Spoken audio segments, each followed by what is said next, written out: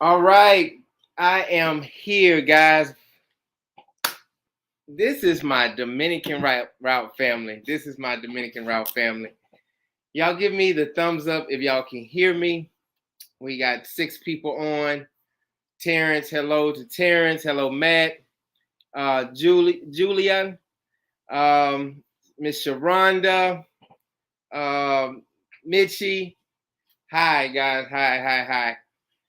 You're not gonna believe. This is why I'm late today. I just got out the emergency room. I was having really bad back spasms. I feel better. I owe it to my Dominican route family. You guys are awesome. I try to answer all your comments. Yeah, say hello to my cousin Cheryl. My cousin, she just brought me. She just brought me back from the hospital. He's doing better. I am doing better. But look, Cheryl, come here, Cheryl. Something funny. I've never had this to happen. What? But look, they left the IV in my arm. I'm gonna get you a Band-Aid. Okay, so you're gonna take it out? No, you're taking it out. No, you're gonna take it out. No. So we just left the emergency room. They gave me some morphine and some muscle relaxers. So, but they discharged me and they left the needle in my arm. So anyway, there we are. So Manuel, I don't know if Manuel's gonna be on today, but brother Rico will be on today.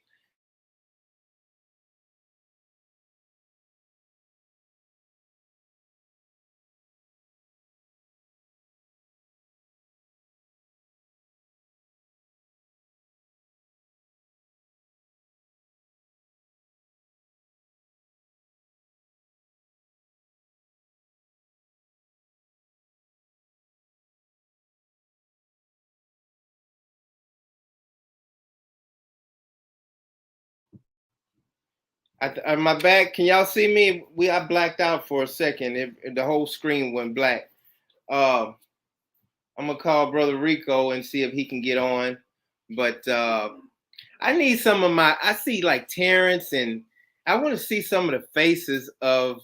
I mean, I see you guys' face, but I want to see y'all face. So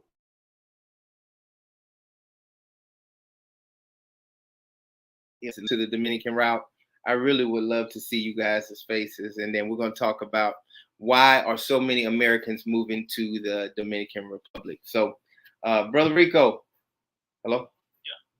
Yeah. Hey, I'm gonna put you on. I'm on live right now, and I'm gonna put you on. Are you ready to go? Yeah, I'm ready. Okay. I'm gonna go ahead and copy and paste, and I'm gonna put the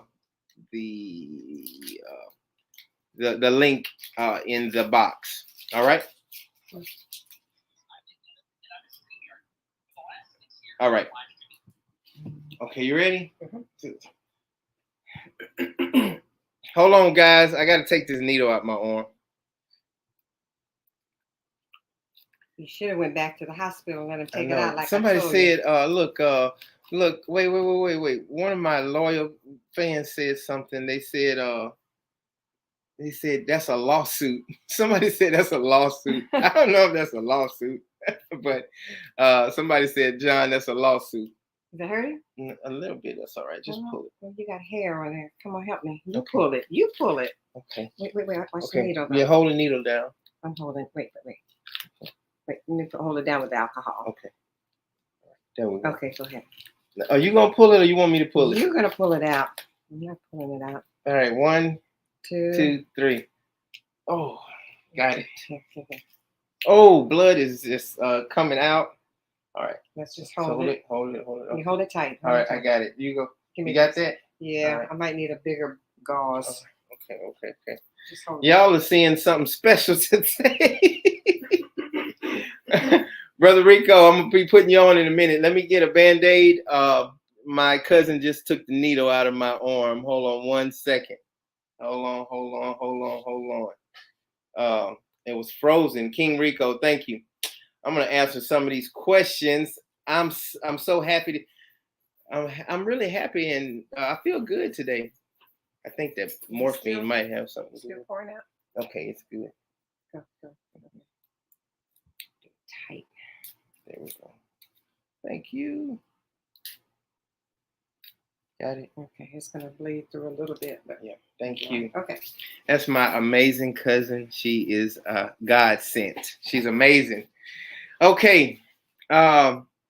Let's just answer a couple questions. I'm gonna put Brother Rico on in a second, but for Miguel, do Dominican women think when American men visit the Dominican Republic, do Dominican women think they're rich? Miguel is not here today, so um,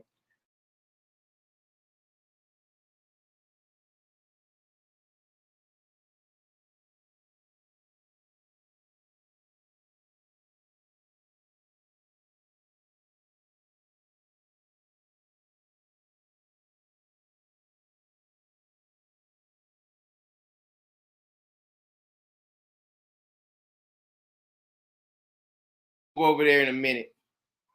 Guys, I'm gonna move locations because I keep going out. So I'm gonna move locations and I'm gonna try to put Brother Rico on right now. And then we're gonna have some fun today. 2 hours, 2 hours, 2 hours. I'm so excited. I'm pumped up today. I think that morphine is really they got me going today. You ready? All right, all right, all right, all right. And I'm trying to answer everybody's questions today. Guys, the Dominican route, we're actually doing great. I got a lot of great things that we're going to talk about. I'm going to start being on the Dominican route much, much more now. You're going to start seeing my face like 3 times a week now. So, okay, AB, my son, hey, I thought y'all was going to cancel at the last minute. Yeah, I was going to cancel everything, but they discharged me and I feel good. So, uh, hey, cousin Cheryl. Some people saying, hey, cousin Cheryl. Miss Sanchez said, hey, cousin Cheryl. uh, guys, I have a video. I went to one of my cousin's funeral, and I'm going to be showing a video on that probably tomorrow. So stay tuned for that. Let's see. So I'm going to move locations. Y'all going to see me walking. I'm going to move locations. Brother Rico, I'm getting ready to get you on in a minute. Y'all hold on 1 second. And we're going to talk about why or so. And Brother Rico he has a home in the Dominican Republic. He's American. And you guys remember Rico. I'm moving locations. Y'all stay. Thank you so much, Sharon. Perfect. Thank you. Uh-oh. You got it? Yep, I got it. All right. Yeah, looks like the internet is much stronger over here. Thanks, Cheryl. Okay. All right. Let me get this link. Invite. Copy link. Y'all bear with me because I'm new to this, but I'm getting it. Answer these questions. All right. Here's the link. Anybody else that want to get on today? I want to see some faces. And we're gonna talk and have a lot of fun. Brother Rico, go ahead and I haven't seen you pop up yet, but I'm gonna answer some questions while we're going. Okay, here's Brother Rico. How you doing, John? My man, how are you, brother? I'm doing good, sir. I'm doing good. How about yourself? I'm great. Manuel was gonna get on the live today, but actually I had canceled the live because I was in the hospital. You know, I talked to you in the hospital, and they gave I know me earlier. That's why I was wondering. You had said 7, then I saw you moved it to 8, right. And then I'm like, okay, What time is it there where you are? It's the same time as it is you in Louisiana, right? So right, it's 8:32 here. Oh, it's 7:32 here in Louisiana. Mm-hmm. Yes. Y'all not East Coast? Nope. No, we're not East Coast. Oh, okay. All right. Mm-hmm. Yep. Yeah. Okay. So I've been setting it for 7 o'clock. I'm gonna keep it every Saturday at 7 o'clock. But your time now? Yep. So actually, I'm 30 minutes late because I just got back from the hospital. So, Right. But we're here. We got we have 11 people here, and we're gonna end up getting probably 40 or 50 people, before everything's over. But I'm so glad you was on the live, brother. Manuel could not get on the live. Well, he could get on the live, but I canceled, and then he planned something else. So, and I got something in an hour. You too. do, yeah. Yeah, but I'm good for an hour. I appreciate it. So what we're gonna do is we're just gonna jump straight to it, and I'm gonna ask you questions. People have been asking about you. 2 or 3 people say, "Where's the guy that just the crazy guy, Rico?" Yeah. I see somebody call me Pastor Rico. Somebody call you Pastor? I'm called Pastor Rico. I'm called Poppy Rico. I'm called everything. I'm glad. Today's topic is, why are so many Americans moving to the Dominican Republic, buying houses, and you are one of the ones that purchased a home in the Dominican Republic. So congratulations to you and your wife, and like you said, I will be at your place one day soon. We'll meet up, and you gave me a tour like on video, but I'm gonna cook for you. I'm gonna cook Louisiana style for you when I get there. Is that cool? I do some gumbo. Some gumbo. That's right. I can cook it. Yeah. So anyway, I'm gonna be quiet. I just want you to tell me, what was the main reason for you guys purchasing a home in the Dominican Republic? Well, let me start out saying this. Me and my wife have been talking about retiring overseas for several years. My wife's from El Salvador, so she's from Central America. So I knew that she would have no problem with leaving the U.S. to live elsewhere because she came from somewhere else. For me, it just got to a point. I think the biggest driving force to me was, having my mom.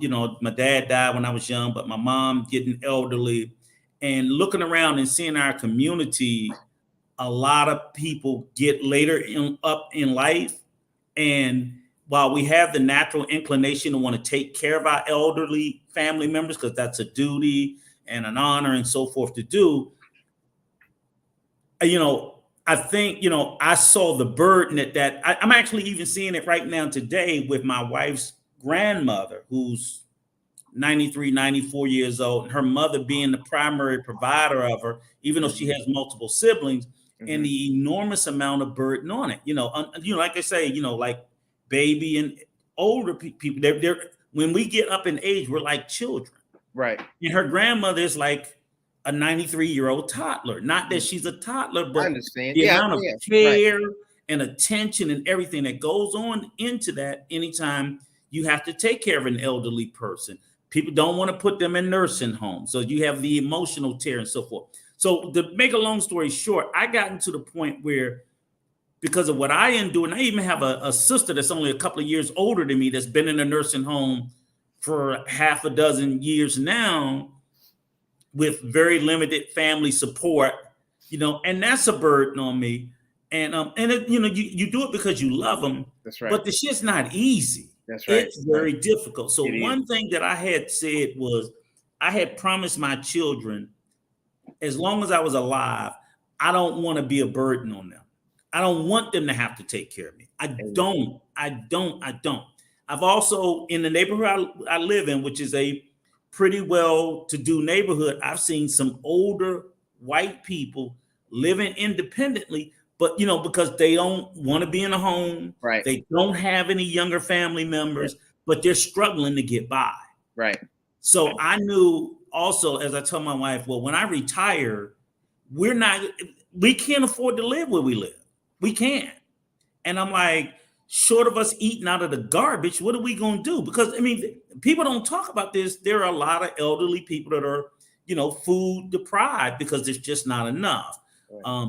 So the drive was on that we need to be able to go somewhere where between our 401, our pensions, and any Social Security that we're entitled to, it would provide a decent life for us as long as I live, or until I can no longer care. I'm sorry, brother. I brought Miss Sharonda in. Oh, yeah, absolutely. Yeah. Hey, beautiful. How you doing? Thank You you. look great. I Good. like your hair. It's beautiful. What? No, I I like had to it. I like dye it. it. Thank But you. I just wanted to be in the space where I wanted to be able to take care of my wife until I closed my eyes. Right. And I didn't want,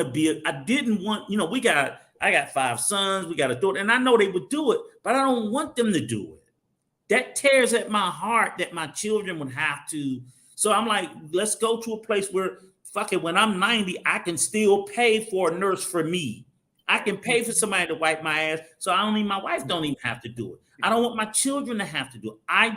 I would rather take a bunch of, because I'm gonna try to kill myself before I become a burden to my children. I just don't want to live like that. Right. And that scares the shit out of me. So I'm like, but I can, and I know in America, it's almost impossible to do because of the cost.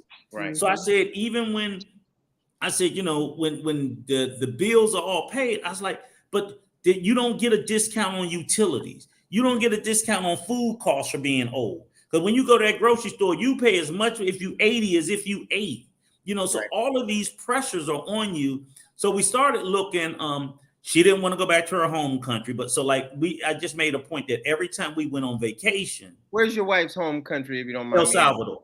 She's Central from El America. Salvador. Right. Okay, awesome. So I was adamant, like, you know what? I'm okay with vacation and going places, but I'm a vacation with a purpose. Right. I'm looking for some fucking way to live. Right.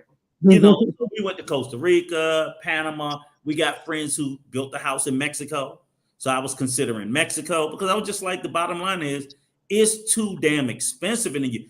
I'm working. I make a great salary. But when I retire, that salary's gone. That's right.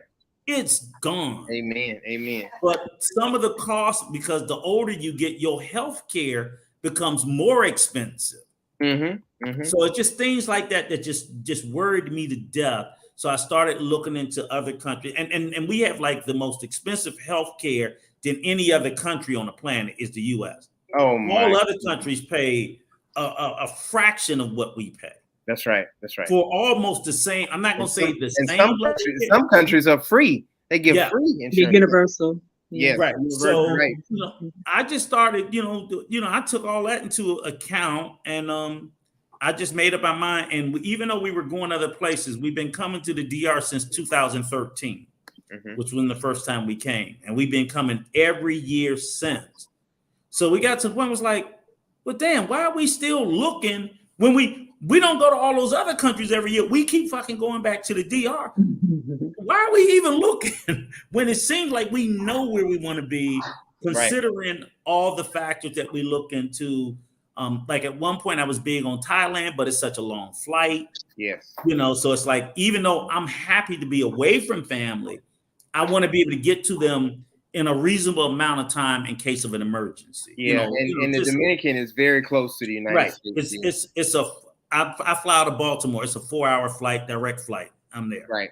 And from New Orleans, it's I always fly into Miami, and that's an hour, hour and 15 minutes, and then it's a 2-hour flight from Miami to the Dominican Republic. So. Right. And to you go Santo Domingo? Yes, Santo Domingo. Okay. Yeah. I do a straight 4-hour flight, usually like 3 hours 45 minutes from BWI or Dulles in Virginia straight into Punta Cana. Hey, Wesley Branch asks, how old are you, brother Rico? 58 last Thursday. Yes. Oh, happy birthday. Belated birthday.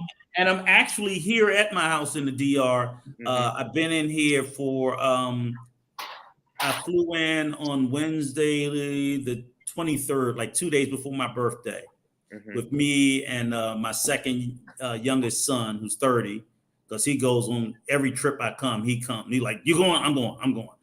So he came in 2 days before my birthday, and a friend of his came on my birthday, and they stayed till Sunday. Then they left Sunday, and I extended to stay the whole week because I could work from here, which I had been doing, and then I actually return back home tomorrow. But the funny thing about it is, when they left Sunday, then Monday I get a text from a kid that's here, was staying at a resort 20 minutes away, that I coached with my son when he was like 10. He's 30 now. They're the same age. Wow. And he's calling me, and I've been all week shuttling them, chaperoning, getting lit with them because his birthday was last Friday. Okay. So I've been driving them around, going to like all the little clubs, Coco Bongo. We're going to the club Imagine. If anybody want to look it up, it's called the Imagine at Punta Cana. It's a club in a cave, and that's literally like I heard about that. Have you heard about that? Right on the other side of the highway from my house. It's Yeah. I heard. They got a whole. You can look it up on YouTube. You'll see all of it. All the tourists go, and it's like big disco club and everything, you know. So I've been doing that and been doing some bachata dancing and salsa dancing down that outside of. They got Coco Bongo. You can see that as well. You saw me, John saw me. I think that was the day after my birthday when I did Dinner in the Sky. Look that up also. Awesome. That was awesome. They were in the sky, Miss Sharonda, and take the whole table up, like 50 feet up in the sky. They were strapped in with the safety harness and everything, and they was in the sky drinking, eating, playing music, all that. Yeah. Okay. So it's a lot of stuff here to do for tourists. You know, you pay, but for if you're from the U.S., it's just regular money. You know, Dominicans, of course, it's considered a bit expensive. But I'm gonna have to hear you, Mitchie Guerrero, if you 2 minutes from Imagine, because I'm right on the other side of the highway, and it's called Calle Don Pablo. Okay, yeah. So Mitchie, right on the other side of Turistico Boulevard, you know, Route 3. Which I'm sure you would know, and I'm like right down the street from San Juan, downtown Punta Cana, San Juan Shopping Center, San Juan Plaza. So you know, but me and my wife settled on Punta Cana because we came here a lot, and it has a load of it has the infrastructure and all the amenities as if you're still like in the U.S. You know, so you're not lacking for anything. So I tell people too. Even when you go and look in a foreign country, be reasonable with yourself. Right. Don't think, you know, because sometimes I can go to a rustic rural area and think it's the greatest thing in the world for a day or two. Right. But after a while, you do miss some of those creature comforts. You absolutely right. You are absolutely right. Yeah. So, you know, let me ask Miss Sharonda. I know when you and your husband, you all go, you kind of live out in the country also, right? His family.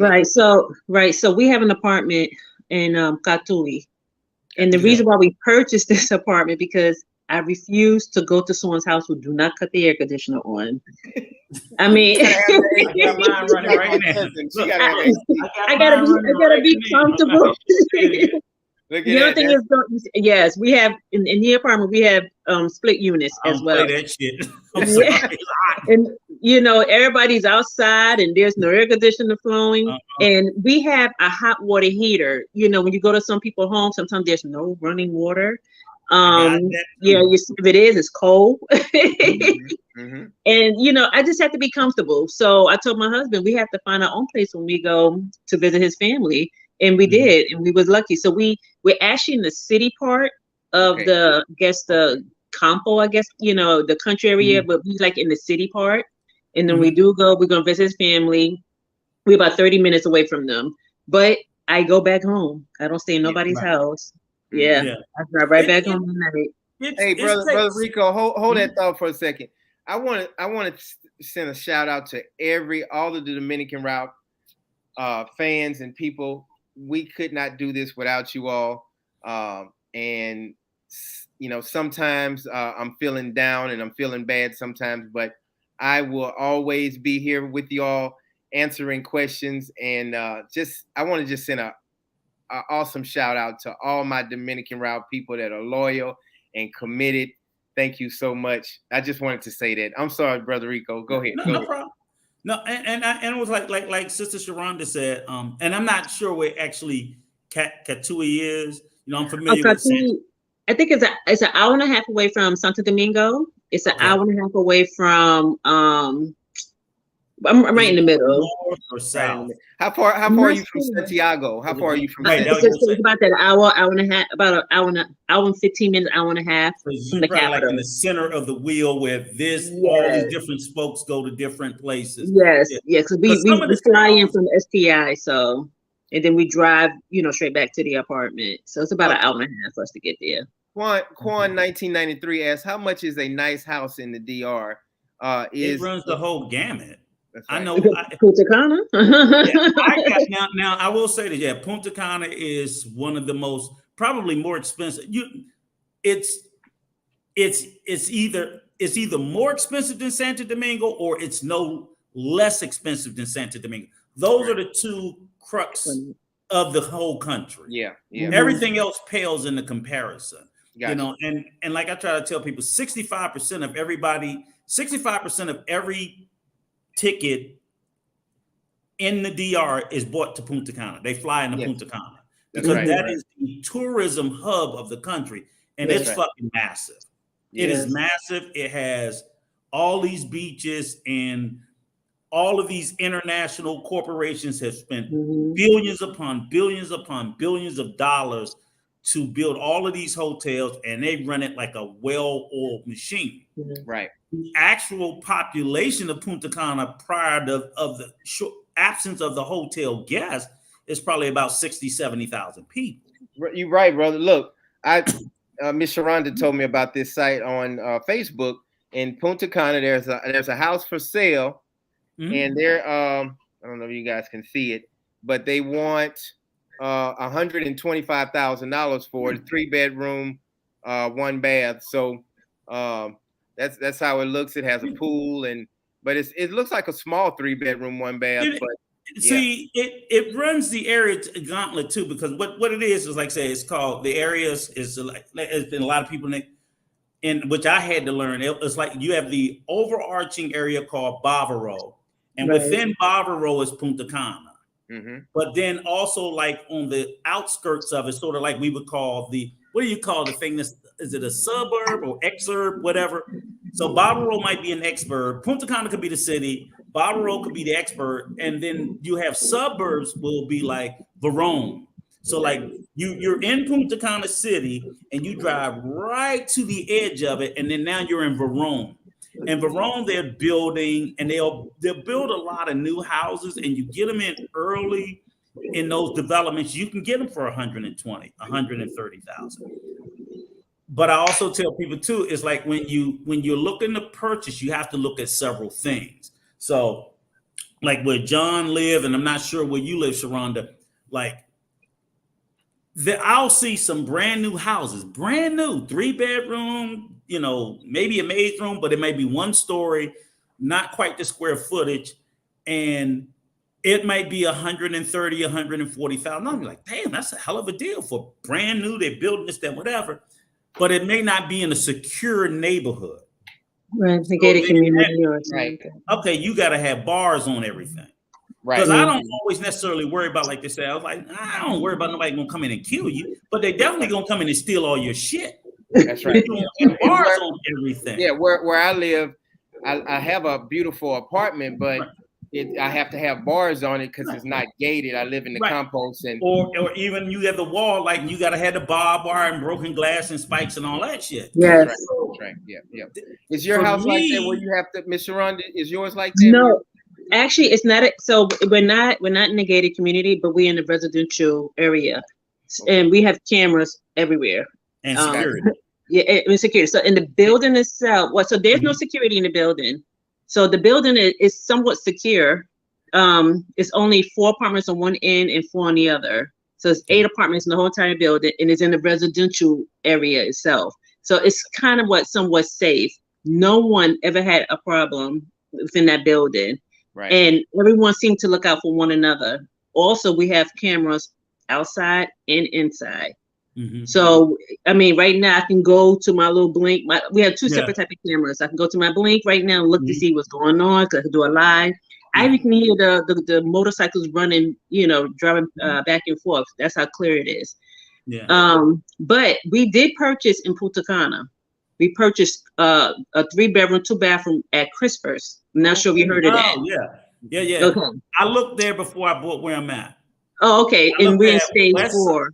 I originally looked at West Side, and I looked at Christopher, and then she showed us a place in Verone because I got in touch with a realtor I told her I had found Christopher and Westside online. So I told her these were the places I was looking at, what I'm looking for, this, that, and whatever. Right.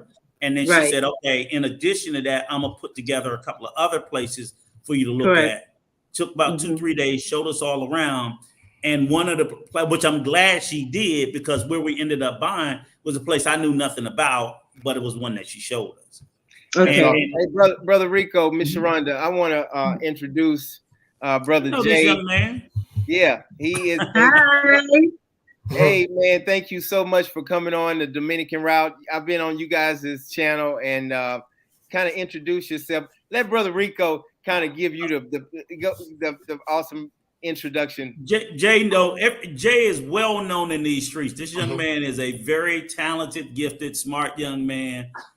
He seems to always come down on the right side of things. Very thoughtful, empathetic, and he's been a joy and a pleasure to me ever since I've gotten to know him. So if you don't know him, Jay, I can never remember to shout out your channel, the name of it, but I always see everywhere. But if you don't know him, he is someone you definitely would want to get to know in these streets, because he's very talented, helpful, gifted, a huge supporter of positivity. Brother Jay, kind of introduce yourself and tell everybody who you are. Brother Rico did a good job, but kind of tell everybody what you do and who you are and what you're about. So for anybody who doesn't know, listen, my name is Jay Takashi, and like I said, I'm a YouTuber in the streets. And the thing is, for me, like I said, I like to come to people's platforms, know what the topic is, and actually see if it pertains to me, to whether I can help add to some things, or just get a different perspective. Because the whole purpose of my channel is to provide different perspectives, even though I may not be concrete nor correct or right in that sense. Because everybody has. How old are you, brother? How old are you? I am 31 years old. I don't look it. Everybody at my job said I look 25. I'm cool with that. At the same time, I'm not gonna lie to them. There's no point lying. 31. Yeah, you still got the baby face, so man, you take care of yourself. You never wise man tells me that. but my channel is Jay Takashi. Over there I do anime. I do real life topics. Also, I do a lot of discussions and a lot of chill out sessions.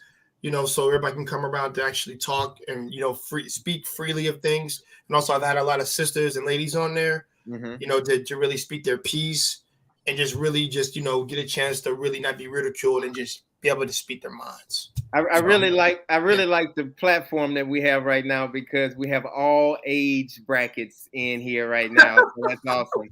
Right. I think Miss Sharonda might be the youngest out of all of us. No, actually, I have a daughter his age. it never ceases to amaze me. Like, oh, she's his age. And I'm like, that's right. Yes. See, I heard. I know it's not good to ask a woman their age unless they want. No, I. You know what? Guess. I want y'all to guess how old I am. All right, brother Rico, guess. I'm not getting in trouble. No. If she got 131, it would be reasonable to say she's at least in her early 50s. I would hope. I wouldn't want to say I'm not 50 yet. Huh? Not 50 yet. 45. I'm 49. I'm 49. Okay, 49. Wow. And I'm just doing the math of 31 plus 18, or 18, 19, I'm assuming. Now, I don't want to say you was a 14-year-old mother, so I don't want to put that I can't go too low. Wow. Like, you look great. You look great. You look 45, great. 44. I'm like, oh, she was 14. Hey, the main subject here is why are so many Americans moving to the Dominican Republic, but it's some other questions that pop up. Miss Ashley Singleton, she has a question. Oh. And I have a question for Coach. Since you've been single, have a lot of women been flirting with you out of the woodwork? It don't change. They was flirting with me when you wasn't broke up. That's over here. That's right. In the Dominican, I'll be sitting over here with my wife at dinner, getting hit on. That's right. At the table. So right. It doesn't stop. So doesn't matter. Yeah, you have to be if you're committed and loyal in a relationship in the Dominican Republic, You have to work at it every day, yeah, and it really every pushes minute of the day. it puts you to the test, and it really tells you how strong your relationship is. So, and I'm gonna jump into this because every time we get on the live and every time I look at my comments, I have decided that I will do a live about me and Brenda, but I'll answer the questions that I want to answer because I have decided to, so we can just turn the chapter on that and move on because people really want to know what happened, and I'll give you more details, but it'll be clean. I won't be bashing her. I won't be talking bad about her, but I will give you guys the details on what happened. So yes, in the next weekend or the weekend after that, it's going to say, it's going to be an open topic where I talk about Brenda and I and why I chose to go separate ways. So that's But that. if you want to, John, if you want to go back to the original question, because I see the gentleman Eric, and it's kind of there's no to answer the question. I don't think there's an individual answer as to why anyone comes to the DR, Right, or anywhere. I think it's a different answer depending on who you ask and when you ask them. Like for me, like I said, my motivating factor was obviously I didn't want to be a burden on my children as I became older. So I needed to find somewhere. The cost of living was a big part of it. It was not the sole reason, but it was a driving reason. So obviously, number one, it's got to be cheaper to live. So you can find several countries. The DR ain't the only cheap damn place to live. that's right. There are other cheaper That's true. countries, even cheaper countries to live in. But Brother Jay, is, you were thinking about eventually moving where? Japan. yeah. Japan. Ooh. And that's not necessarily cheap at all. So Right, he has not a different necessarily cheap, motivation. but it ain't like God Right. tier expensive or anything like Right. that. Depending if you're living in Tokyo, then that's pretty much, I've always said it. I compare Tokyo actually to Manhattan. Yeah. Just that specific Yeah. that specific spot is expensive. Mhm. Now certain areas like Saitama, Niigata, all those places, they're a lot cheaper, but Right. they have quality, pretty good places more often than not. Actually, the average of what you would pay here would probably be there in those places, but it would look a lot nicer. Right. Mm. Like you said, you could say the same. I know people haven't been to Canada a lot or anything like that, but the same thing over there, like cheap freaking healthcare. Ain't nobody gonna pass that up. Right. Yep. Doing the trade, like I said, I think wherever you move to, there are choices and trade-offs for each one. Right. Mhm. And with Canada, like I said, you get cold weather, but you get cheap healthcare. Right. You get like, you get fundable jobs that can like span for a lifetime over there. Right. But also, like I said, that's the negative part, is just that it's really cold sometimes if you can handle Right. it. Yeah, and So, I was going to say that's depends on where you're another going. big factor for the DR. A lot of people they move for the weather, Weather, yeah. because of health reasons. And like you even said that yourself, John, the more positive effect that it had on you for that. Especially with me and my surgeries and me with my back and neck, the weather is awesome. So that's why I came here to Louisiana and visit family. And of course, we're working on the documentary. But the main, and when it starts to get cold, I'm out of here. I'm headed back. Right. But so when you think about it, some people do move for love. Mm-hmm. If you'd have got me 30, 40 years ago, my dumb ass might have done that. But Right. and that's one of the more riskier reasons. I'm not casting any clouds on anybody. You can find love anywhere. There are some good Dominican men and some good Dominican women. Brother However, Rico, let me say this, and I didn't mean to cut you off because that's a great point. A lot of people think men always come to the Dominican Republic looking for a woman or to get married. That's not true. But I'll tell you this. A lot of people in my comments lately, Miss Sharonda and Jay and Brother Rico, they have been saying, I am tired of the United States. I hate this politician shit and this political shit, and I'm tired of what's going on. Please help me move to the Dominican Republic. I have been getting that a lot in my comments on YouTube.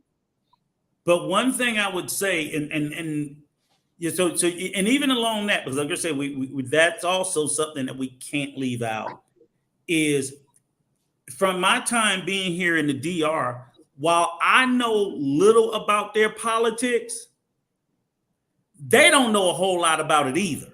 Right. Mm-hmm. So what I'm sitting there saying is, if you think, that as fucked up as I think the politics is in America, and it is, Mm-hmm. it ain't as fucked up as it is in some places that you may even go to. So most foreigners will come to the DR and they're going to just be removed. It's not like politics doesn't exist there, because it does. Right. They have political parties, levels of corruption, and you will see it in your life in shit you complain about, the Right. trash in the street. Well, Right. that's political. Right. That's why ain't nobody picking this shit up. That's right. Mm. Mhm. See, but you don't think it's connected to politics, and it is. Right. Right. So you'll see it in ways where you're unsatisfied about the endless fucking potholes in the street. Oh, it's potholes. Yeah. My Especially car been here for a couple of months. I'm like, They everywhere. That's In South right. no, I Carolina. mean, no, these motherfuckers. No, is no. just- They have potholes, Brother Jay. They have potholes that will No. tear the whole frame of your And- car off. Yeah, And yeah, just- that's exactly what I'm saying. Okay. and they just don't, so Miss as Sharonda, much have you as ever we seen complain- potholes in the Dominican Republic like that? Yes. Huh? What do you mean? Oh, Oh, yes. they are fucking. Yes. They're bad. They Crazy. are craters. You talking about They're mess not up your front end? Your car craters. would dive in. So And the when you locals, think- they know where they at. They just curve around them. and, It's and crazy. the lack of driving laws and things like Mm. that, which I know we all know. So it's like, Mhm. yeah, so if you say, oh, I want to get away from the politics, shit, well, you're going to a worse political system, but you're going to see it affect you, because you're not going to work. in with but- it, right? You're not going to vote or anything like that, because you don't care, but it's going to affect your life in those ways, because you just gonna be bitching about the potholes that ain't never going to get fixed, because ain't nobody never going to fix them, because you don't have a political structure to get them fixed. As Right. opposed to in the US, y'all bitch to the mayor and all these other places, they out there fixing those potholes, even though they come back, and that's a major fucking headache. Right. That's a Well- huge headache if you own a vehicle here. Right. Yes. Call Is it- Go Try to ahead, buy Miss one there. Yeah. I don't even want to talk about that. I ship mine here. Mhm. You said, oh, you did good. I ship We was mine looking at here. one. It got shipped here in May, because they had the 5-year limit. So I Right, shipped right. it here, got it done, and my car, which I had a base level a BMW X1 base level, like the cheapest one you could get, bought it new. It was $40,000 when I bought it new. When I shipped it, it blue booked when I shipped it at $14,000. Wow. They Okay. selling those motherfuckers here for $35,000. Yes. If I wanted the same one, if I wanted to buy my car with Mhm. my mileage, I would have to pay $35,000 for it here. And it's Wow. listed on Super Caro at that price, but it's only a I'm $14,000. on. I had I'm to on live. insure it I'm on live. for Okay. what they're selling it Oh. for. I had to insure it for $32,000. Wow. I was like, this shit is crazy. That but is. Hey, that's Kia what you gotta do. Pena says, I live in Bavaro. Very Bavaro, expensive. Where's that located? Do That's you know? Punta Cana. Punta Cana's in Bavaro. Okay. Mhm. Bavaro. Okay. Yeah, it's expensive. So it runs the gamut. You got Cap Cana. Those are all millionaire houses. Right outside of Bavaro is La Romana. That's where Jamie Foxx and all the celebrities have homes in Casa Campo. Those are all 10 and 20 and $30 million homes. And even in Punta Cana, Cocotal Golf Course across the street from the resort, which is a big residential. They have many of $1 million properties in there, because it's on a golf course and across from. But is Bavaro, is that a beautiful place? Is it very nice? It's gorgeous. I'm outside, guys, so don't pay me no mind. I got to move my car real All quick. Yeah, it is a gorgeous place. They got, like from my house, like 15 minutes away is about 7 different beaches. So it's like you can go to this beach, this beach, this beach, this beach, this beach.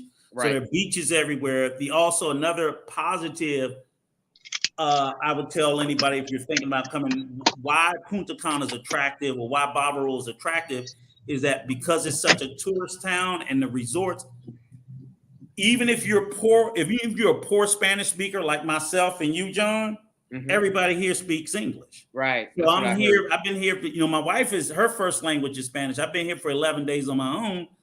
I'm not required to because most of the people here speak English.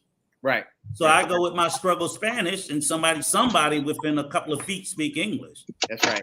And can straighten me out. So that's the biggest difference. Like compost, like where Miss Sharonda live, and I live in San Cristobal.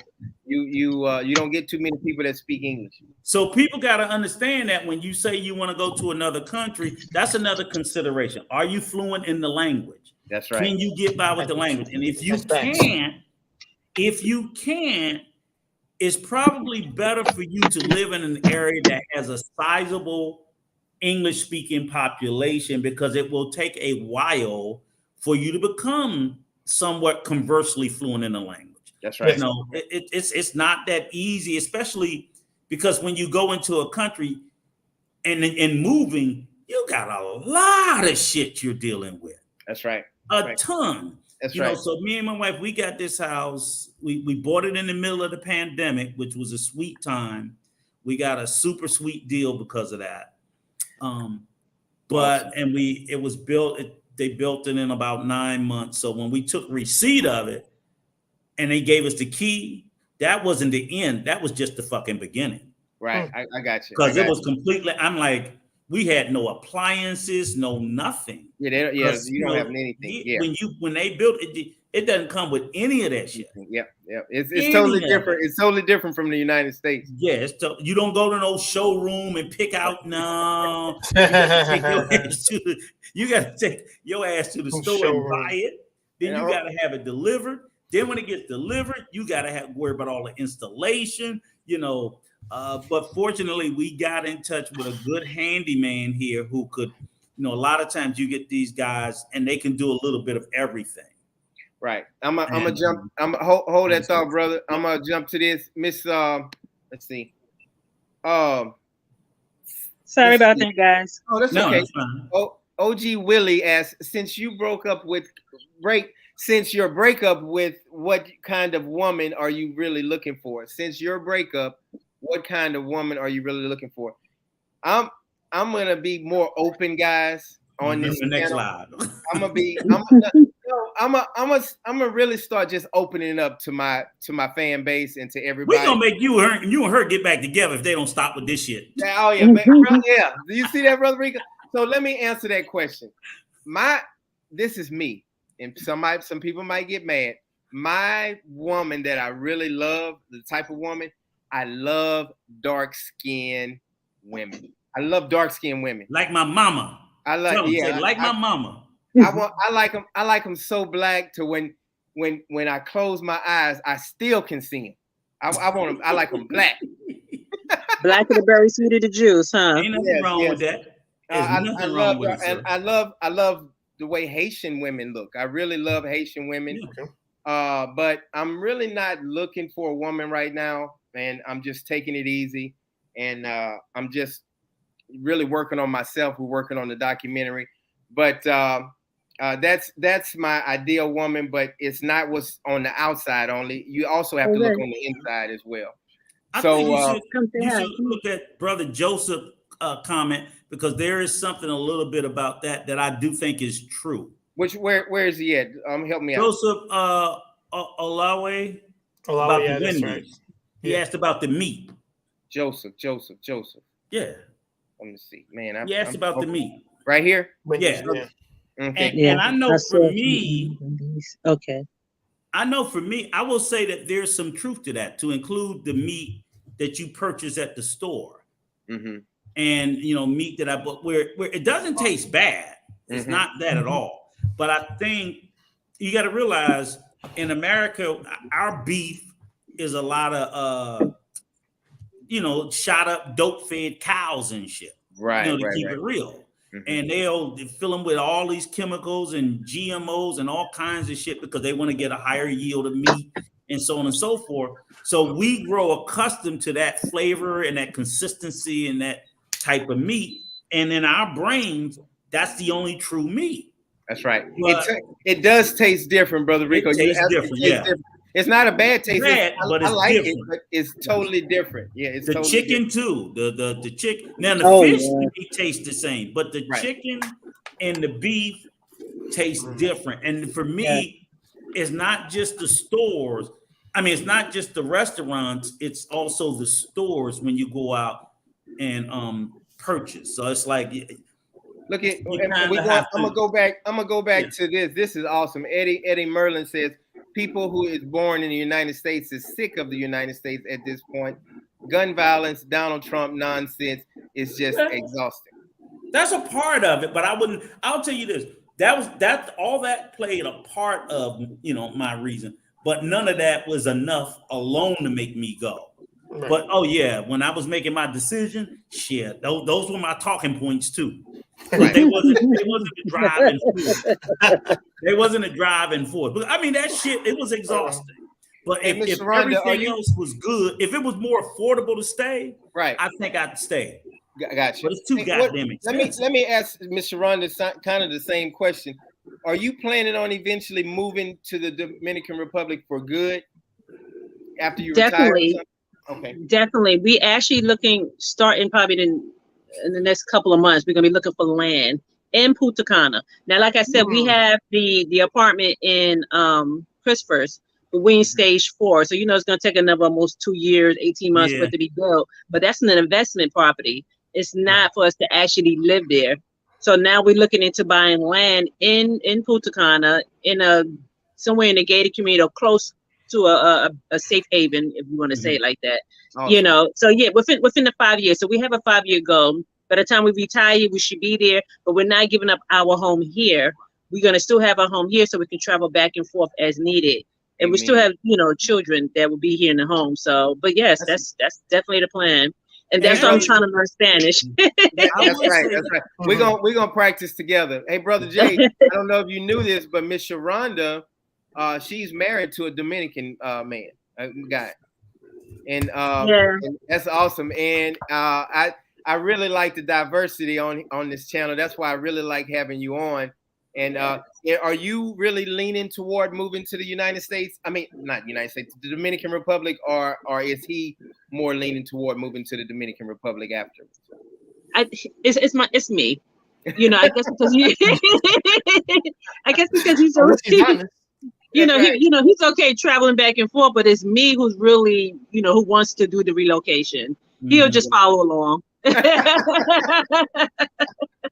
And also too, I'll tell you this too, because what I've discovered is like there, and it's not even just people moving, but it's like there's like 2 types of people that are moving. Because it's funny, like I'm in like several expat Facebook groups in the Dominican Republic, and it's hilarious, right? you just hear some crazy shit in there, right?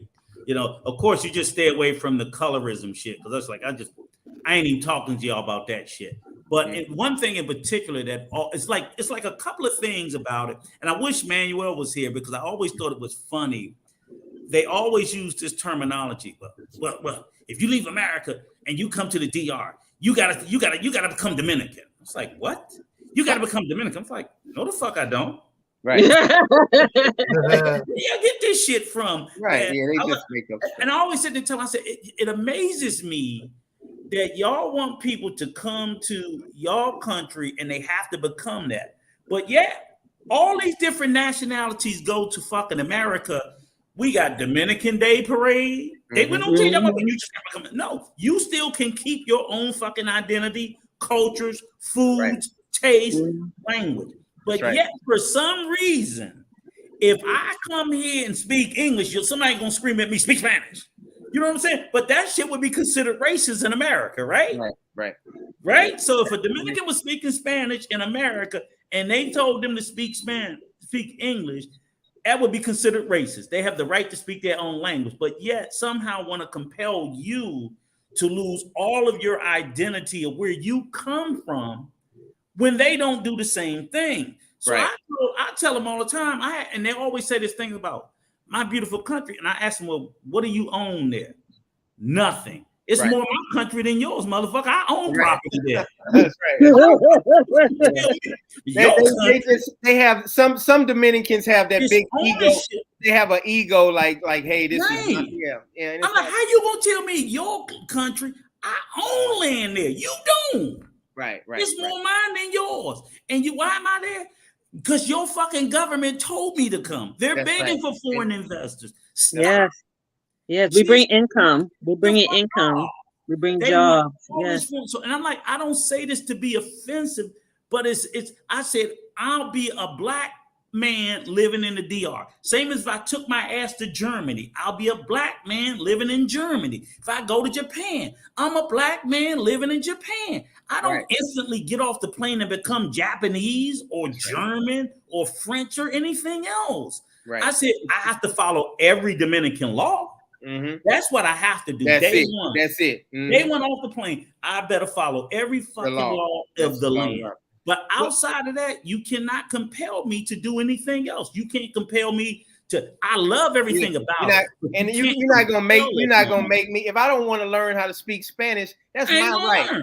I mean, I'm gonna practice and learn. But I get people that on the channel sometimes they say, you need to. That's crazy. You've been living there for 2 years and you don't know how to speak Spanish. So what? It's Dominican people been living in the fucking U.S. for 20 years and don't speak English. That is true. That is true. Decades, and they ain't gonna fucking learn it. That They is will true. insulate themselves in a community of Spanish speakers and be like, fuck this English. Yes. Right. I'm like, so that's all I'm just saying. I'm like, are you guys looking at the rank hypocrisy of this shit? Right. Yeah. Yeah. In the Dominican Republic, you get the haters in the Dominican Republic, just like in the United States.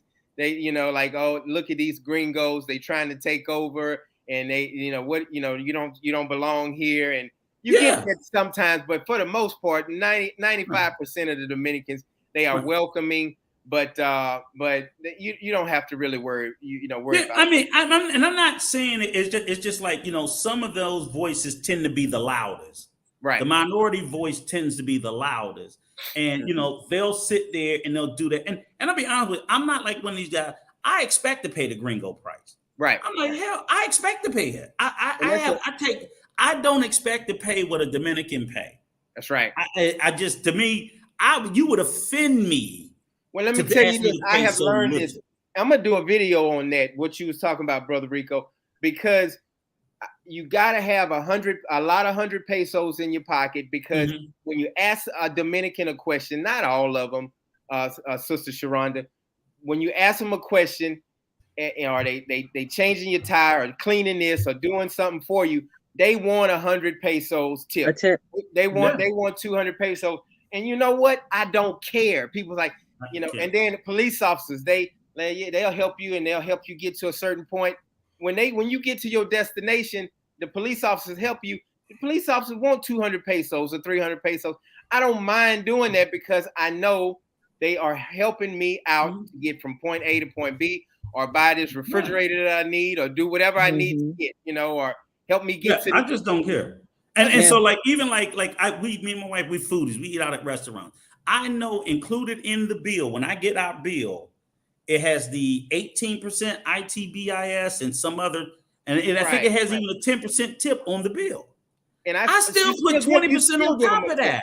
I do the same thing. No, I will chop a motherfucker in the throat if they don't put 20%. And they be telling me it's already on the bill. I don't give a fuck if it's already in there, because when I get an American bill, I just look at the totality of the bill flat out, and you tip 20%, or I will chop you in the fucking throat. I was a server, and you're just not gonna do that. And I always try to have cash specific. And I only do this for this one reason, because they told me, I don't know, because I ain't never worked in the restaurant industry here. They told me that tip that's on the bill, that the restaurant will typically keep and not give to the server. I heard. So I usually always try to leave it in cash to make sure that my server got tipped by me. Brother, I feel compelled about that. I do the same thing here in the U.S. Right. But in the U.S., I know that the restaurant ain't gonna steal, because the U.S. servers, you ain't getting away with that shit. No. But they say they routinely do it overseas. in the DR. I'm not gonna say every country, but in the DR. And I know that these people, like, I think the thing just went out the other day. The minimum wage is 10,000 pesos, which comes out to be about $200 a month. Right. And I think something like 72% of the population makes that. Right. Only like 28% of the population make more than the minimum wage, which is $200. So pretty much every fucking waitress in the country, or almost every waitress in the country, is living on $200 a month, and they may have 2 or 3 children. Right. I find that to be disgusting. Right. And you ain't gonna fucking tip.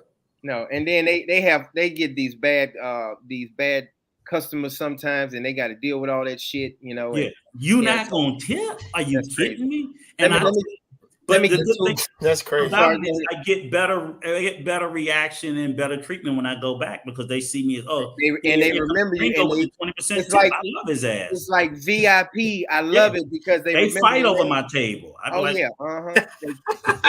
I love that.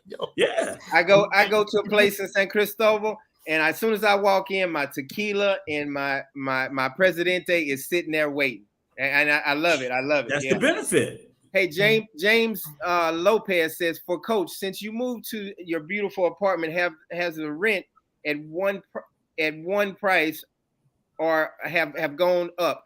Yeah, so it has went up about 500 pesos.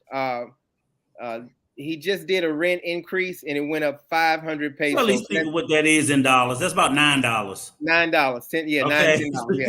They hit 500 pesos. They be taking $500. Don't do that, Coach. That's $9. My bad. Hey, let me tell you. I'm gonna tell you a method for everybody that wants to move to the Dominican Republic, or you're visiting. Jay, this is for you. I told Miss Sharonda about it. And I used it. You used it? Yes, I did when I was in the restaurants. Melvin taught me this.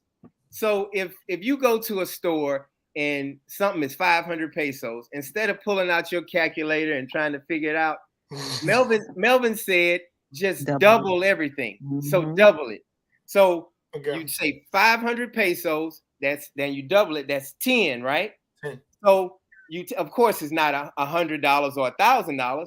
It's $10. So you look, it's around 9. It's not exact, brother Rico, but it's so you say 1,000 pesos, you double that, and that's you take the 2 and you take the 0, and that's 20,000 pesos. So Melvin taught me that, and it really helps out a lot. So if you buy something for 100 pesos, you say, man, how much is 100 pesos? You double it, that's $2. So US dollars. So that's for everybody in the YouTube world that's on the Dominican route. There's a tip. Instead of just pulling out your calculator all the time, just double it in your head, and that's how much you're paying for something. Now let me give them a better tip. Okay, go ahead. That bullshit means nothing, and I'm gonna tell you why. Go ahead. Because let me tell you that's why I like having you on the show. That's why I like having you. Go ahead. The one thing I hate about Dominican money is the fucking color scheme. Oh yeah, because it's purple, it's green, it's red. Yes, and the two denominations is the 1,000 note and the 100 peso note. It's confusing sometimes. 100 peso is about $2, and the 1,000 peso is close to $20. That's right. So you're looking to give a tip, and they are too close in color. Mm-hmm. One is like a light red, and the other is just a bit darker or darker red. So the 1,000 pesos dark red, and the 100 pesos like a pinkish light red. And oftentimes you mean to give 100 and you give 1,000, because learning the money to me is almost hard. I've learned more of the language than the money, and it ain't but so many notes. Right. You don't know I don't know what any of the fucking coins are. Right. I just give the coins out to the kids. Walter Martinez says Rico is speaking facts. Hey Jay, we don't want to pump his head up too much, do we, Jay? But I try not to. Again, like I said, I'm telling the truth, but I don't tell it in the That's really Clarence. Because I love it here. I love it here. I love the people here. I love everything about it. I'm not gonna say I love everything about it, but I love it. That's why I bought a house here, and ain't nobody gonna change my mind. But the money, the denominations, of course, I struggle with, And then you go in there, and unfortunately, sometimes I just give a person a note and just, I hope she gave me back the right change. Right. I'm sorry, I love that comment right here. This is my favorite comment. You say you mean to tell me the Dominican Republic don't have $1,000 apartments like the U.S. do? No, they don't. No. Dominican public. The public, hell no. Private foreigners, yeah. There's some $1,000 Look, Korea Buddha says, wow, so you mean to tell me that the Dominican Republic don't have 1,000 apartments? Yeah, they do. Yeah, they have 1,000. Yeah. Yeah, they got them in here in Punta Cana. They got them in Santo Domingo. And I'm guessing that's the expensive like area you're talking about. Yes, it is. Yeah. Okay. Yeah, it is. Yeah, not all around, because I'm like, I can't imagine. No. That's impossible. The Dominican people in the public, what's their shit? Like I said, they own a salary of $200 a month. Their apartment might be, is it $100 a month? Maybe 80. 80, yeah, $80 a month. But then when people hear that, let me and ask they get crazy about those $80 apartment, I'm like, bro, you ain't getting much for $80, okay? Right. So, let me ask, Brother Rico, I didn't mean to cut you off, but let me ask my 22 people that's on right now. Would you all move to the Dominican Republic if you're not already there?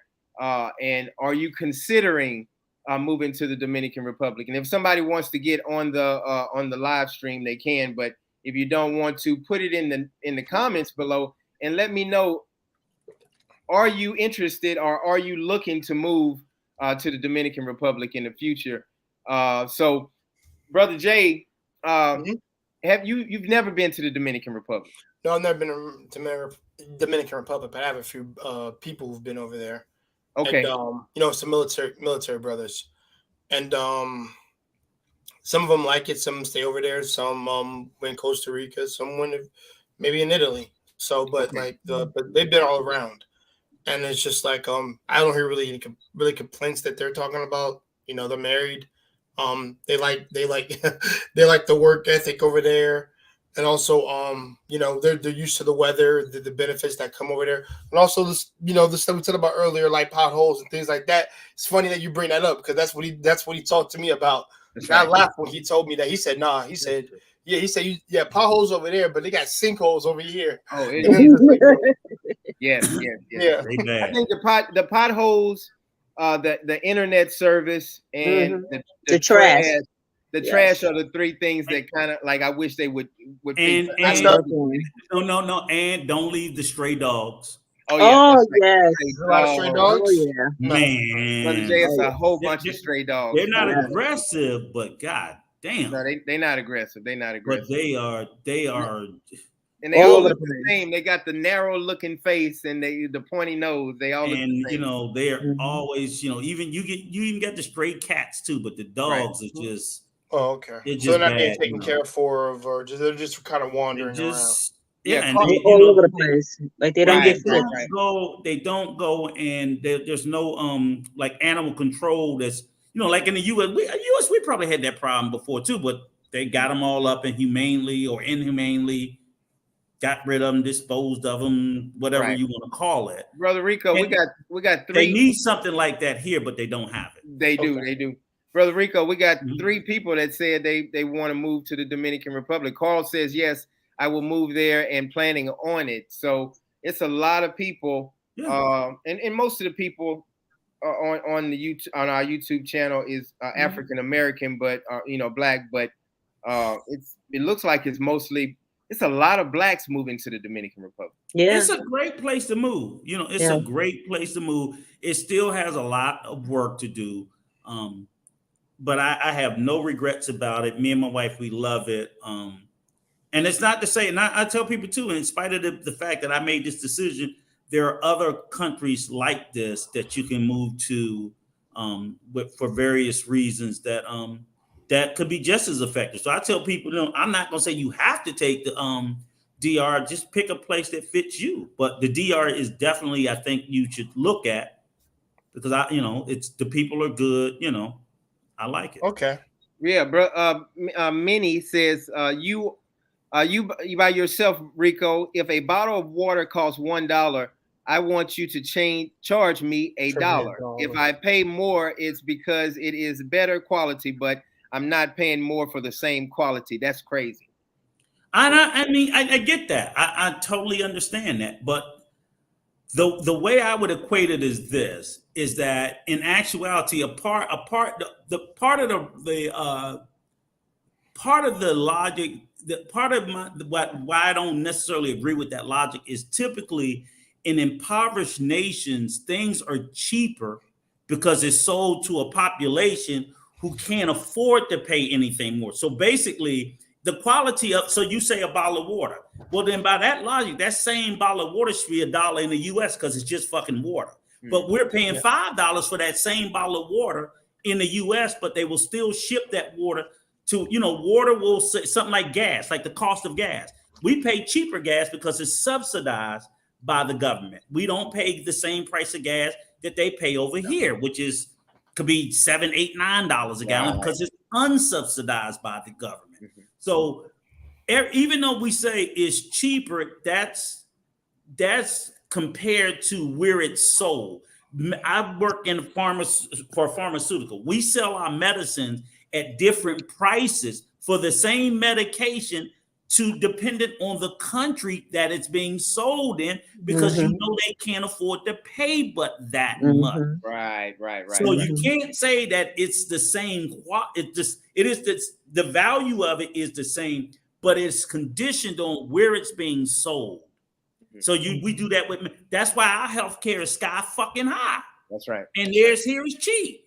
Yeah. Same medicine, but the cost of it. That's why even people in the U.S. go and buy their medicine in Canada. That's right. The same medicine is cheaper in Canada than it is in the U.S. That's right. But it's the same medication. So what is the true value of it? Is it the cheaper cost or is it the higher cost? Right. So either you don't want to get fucked in a DR, but you'll go back home and pay $5 for the same dollar. And it's like, oh, but it's okay to get fucked in the U.S. Look at Victor Marrero. That's right, brother. Victor Marrero retiring from Florida to Punta Cana next year. We purchased an apartment at Cana Rock inside the Hard Rock Hotel compound. Great discussion. Thank you. I was just there last night. Congratulations, Victor. You and your family. Congratulations. You won. You're winning, Victor. I was just there last night. Don't think I'll say about the Hard Rock is they're getting on our fucking nerves with not opening the club back up. Because they got this great club called Club Oro, and you don't even have to be a member. You don't even have to be living or vacationing because they let you go into the casino. You know that. They want you to come lose your money. They got this big, beautiful casino. Anybody can come in and go to the casino and the club. And of course, the club closed during COVID, and the website says it's open. We went all the way up there and it wasn't open. And I'm like, I'm not staying because I don't gamble. Right. That's awesome. Kia Pina says, I like the DR because aesthetic. What is that? I fit aesthetically, she looks more Dominican. Aesthetically, I fit in. She looks it, yeah. I think all of us look Dominican. All of us can pass for Dominican.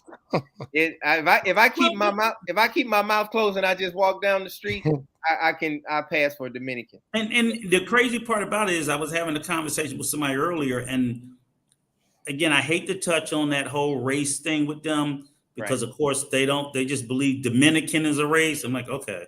But and they try to tell us like, we all look Dominican because Dominicans are everything. Right. They are white. They have an entire Chinatown of Asian fucking Dominicans. That's right. I don't need that came over here, born, raised, multi-generations. And they sell Asian through and through. They sell pica pollo chicken. They do it all. I'm like, I've seen it. Seriously. So I try to tell us like, but guess what? They call themselves Asians too. Yes. They don't fall into that I'm Dominican shit. Right. They're like, I'm Asian Dominican. That's it. Because it's they are unambiguously Asian looking. They didn't necessarily, so I'm like, you're everything. You're white, you're black, you're Asian, you're Hispanic, you're everything. And you're not all a mixture of everything, but you're everything. That's Same as Germans have everything and Italians have everything. They all do. Go over there. They got black Italians. Look, Kwame has a dispute with you, brother. Kwame says, I don't believe that it is the case. People are choosing Brazil and Colombia as a better option with better infrastructure. Okay, Kwame. First of all, I'm gonna get you on one thing. It's not Colombia, it's Colombia. Okay, so we'll start there, right? The second thing is, Colombia. Well, I would say this: Brazil and Colombia are not necessarily better options because, once again, people look at one thing, but they don't look at it in totality. The DR has a more stable government. While it may be more corrupt, it is far more stable. It's stable as a motherfucker. That's right. They're corrupt. They're getting over on people, and that shit ain't. The rules are the rules. This is the way it's gonna go, and that's it. That's right. In Brazil and Colombia, they're going through a lot of political turmoil. Are you prepared to have a discussion about that, sir? They're kind of like Haiti. You could move to Colombia, and they could be having a fucking civil war next year. Because remember, they just voted in this new leftist government. So, okay, let's see how fragile or how long that holds. I'm not wishing it, but I'm saying political instability exists at a much higher rate in both of those countries than it does in the DR. I'm not saying its politics is better. I'm saying the DR politics is 100 times more stable. Right. So I feel better being in the DR, knowing that it ain't gonna blow up in my lifetime because the US and Spain ain't gonna let it. Right. They're too fucking heavily invested in it. That's right. The US and Spain, as far as I know, ain't going down there to save Brazil or Colombia if they end up having political civil war and all this shit, and then you're there living in the middle of it.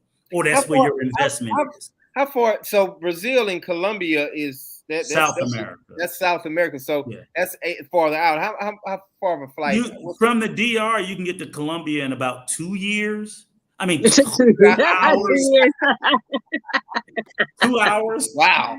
Damn. I know. 2 years. Shit. 2 hours. A 2-hour flight. Right. Brazil's a bit further, so I would guess Brazil maybe that was good. 4 to 6. 2 years. I know. I was like, damn, that's a long time. Yeah. Look, Juan Carlos Santana is one of our main people that's always on the Dominican route. We have a house in Santo Domingo.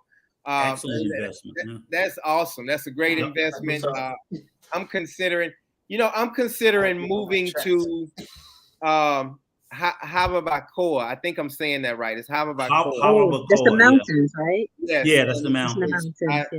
I want to start a farm. I want to get some fruit and vegetables going, and I really love the river, and they have a beautiful river there, and a lot of waterfalls. Just make sure you're somewhere with good internet, though. Right, that's what I hear. In the mountain area. Hey, I live in San Cristobal, so I know about that. Yeah. But if it's a question like because I don't know what we're saying Cristobal, is it more flat land?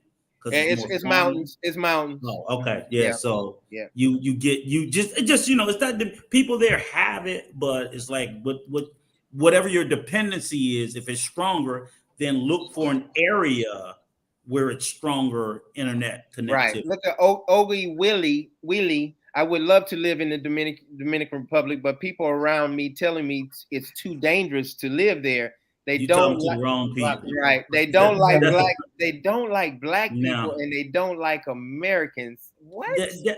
I mean, here's the thing: is there's always a kernel of truth in everything. Right. There's always a kernel of truth. So I'm not going to tell you they flat out wrong, but the way they're telling you, I think they may be being hyperbolic about a lot of things. Yeah. And I'll tell you, someone who has serious issues with them and their issues around color, but I'm not going to be hyperbolic about it. At the end of the day, if they don't want to acknowledge it, fuck it. I don't care. That's their problem. Right. You know, they can stay ignorant. Sharonda, have you ever had any issues with somebody that they say I don't like black people or? I would say that's probably more true I think that's possibly more true sometimes of Dominicans in the U.S. than the Dominicans in the DR. Well, Ms. Sharonda, what do you think about Sharonda? that? Yeah. So, I mean, I never had a problem going into the Dominican Republic and having any issues. If anything, they see us as a money bag to a certain point. Yeah. Or American. Oh, yes, come. But besides that, maybe once they find out you ain't paying and you cheat. Right. That's right. But my husband has this thing where he only likes to hire his family Mm. And he felt that's the way of his family making some extra money. So they'll come and, cook or clean or, drive us around or be like a security guard, because even though my husband was born and raised there, he still want one of his family members to travel with us when we're traveling. I guess for extra security or just the way he is, he's more Americanized, trust me, than Dominican. And the reality is, at the end of the day, is it's only becoming more expensive, I would say, primarily in the Punta Cana and Santo Domingo area. Right. I would have to admit, because those are the heavily desirable areas. But if you're willing to live in a lot of the other countries, and you don't have to be all rural, because you still have Santiago, which is still very affordable. You still have Puerto Plata, Cabarete area in the north, which is, not very rural, but still right now very affordable. And then you have all the little pocket areas in between. But if you choose to want to live in the Bavaro, Punta Cana area, because you got a shitload of U.S. style amenities, and you're going to pay. Yes, right. You're going to pay. You're going to get what you. I chose to live just like Victor. We want to live in a gated community. Fuck that shit. Yeah. Right. But compared to what we pay here, still compared to the U.S. was cheap. But I'm willing to spend some money because my wife wasn't playing that shit. Right. And I wasn't having no bars on the windows. So right. Yeah. And again, like I said, so when I tell that, and I do tell people that when I describe that, it's not because I think anybody, I'm not saying it would never happen, but I don't think people don't put bars on their windows because they worried about somebody coming there doing something to them. They're mostly locking the shit up, so when they ain't home, somebody don't go in and take their shit. That's right. Like my house right now, everything is locked up, and I know it's good. I gotta. But if the lights is on and you home, ain't nobody gonna come in there. But if when they see it's all out, that's right. And if you don't have bars on there, you better believe they looking to come in there to steal something. That's That's petty crime, but that's what poor people do. Look at this African booty scratcher. That is a name. That is a name, ain't it? No. To Coach John, dude, Dominican women love black men. Dominican women love everybody if you got money. No, John. They in love with green men. That's Franklin, Jackson, Washington. They love the fuck out them green men. That's right. So Abraham Lincoln. That's right. That's a broad question, but if it's a white man, American, and me standing right next to him, and it looked like I don't have no money, and the white man got money, and he American, she gonna roll with the white man. So and it's not all Dominican women. They don't think like that, but it's a lot of them that's trying to get out of poverty, like we talked about, Miss Sharonda, and all of y'all. A lot of them that's trying to get out of poverty, and they'll do whatever, and they will listen to you, and they will do whatever you want them to do. Just they said, get me out of here.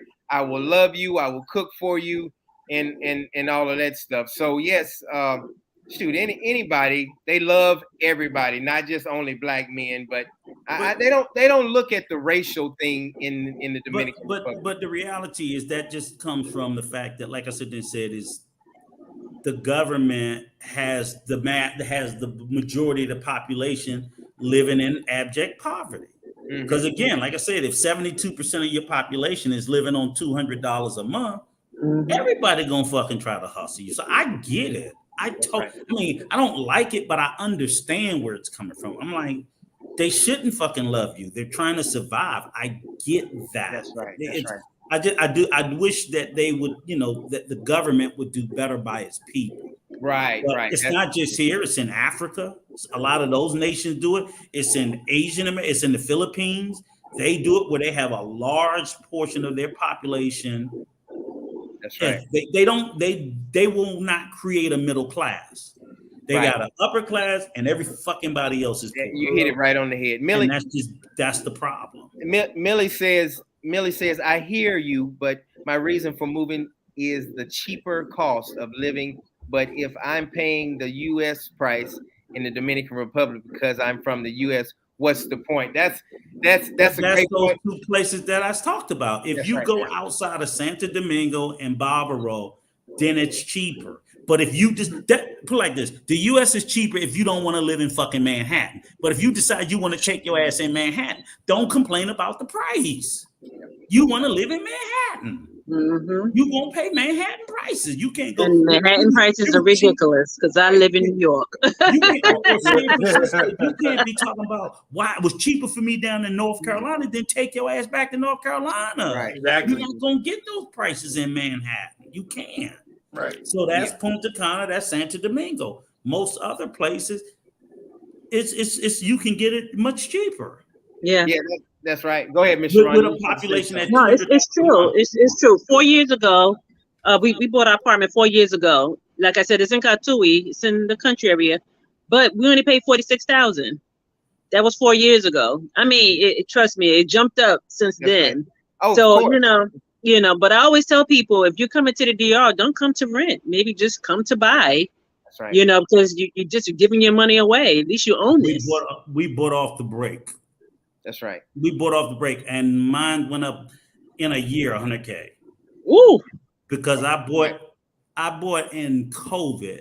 I got mine at 170. Right. Oh. Now I'm selling for 300. And you Wow. know, Because and I that was bought in COVID and the sales was completely depressed. I was here when they had the 3 o'clock curfew. right, So right. people don't know they had the curfew in the DR during COVID. Yes, they did. Yeah. You had to have at one point you had to have you come out and you had to have your ass in the house by 12. Right. So when we came down here to buy, we had to go around looking at shit before 3 o'clock. Right. And then we had to get our ass back in the house, or the army riding Before around 5 o'clock. your That's ass right. up and lock your ass up for the night. That's y'all. You guys, both of y'all did a great job. Y'all bought at the right time, and yeah. So that's awesome. Kudos to y'all. That's awesome. But yeah, I mean, you can buy a house or rent a house out. The options are just so out there and open. Yeah. So yeah. Hey John, I'm gonna have to drop off here. I gotta go pick these boys up for this last night bang. Brother I appreciate Rico. you bringing up. We're gonna do this again soon. You know, Miss Sharonda. Hey, everybody, I'm gonna have to get up to Katui one time when you're here. everybody on our channel, they want to see you. They want to hear from you often. So are you going to come back, brother? Oh, absolutely. Absolutely. Okay. But I got to take these boys out for their last night, and then I got a flight tomorrow morning. Well, actually, mine's is in the afternoon. Theirs is in the morning. So what's the weather like in the Dominican before you go? 80-something degrees, 85. Same as it is always, like 89, almost 90. Every day. Brother, thank you so much. And I'll give you a holler tomorrow, okay? Okay. Well, probably Monday because I'll probably be in transit. So it'll probably be hard to get me. You hit me up when you get settled in. Okay, I'll let you know when I land. Brother Rico, take care. Yes, Bye-bye. sir. All right, Jay. All right, Sharonda. All right. Bye-bye. It says, Brother Rico. Let's see what it says here. He is really, he has so much energy, right, Jay? He does. And it's well put into like answering questions.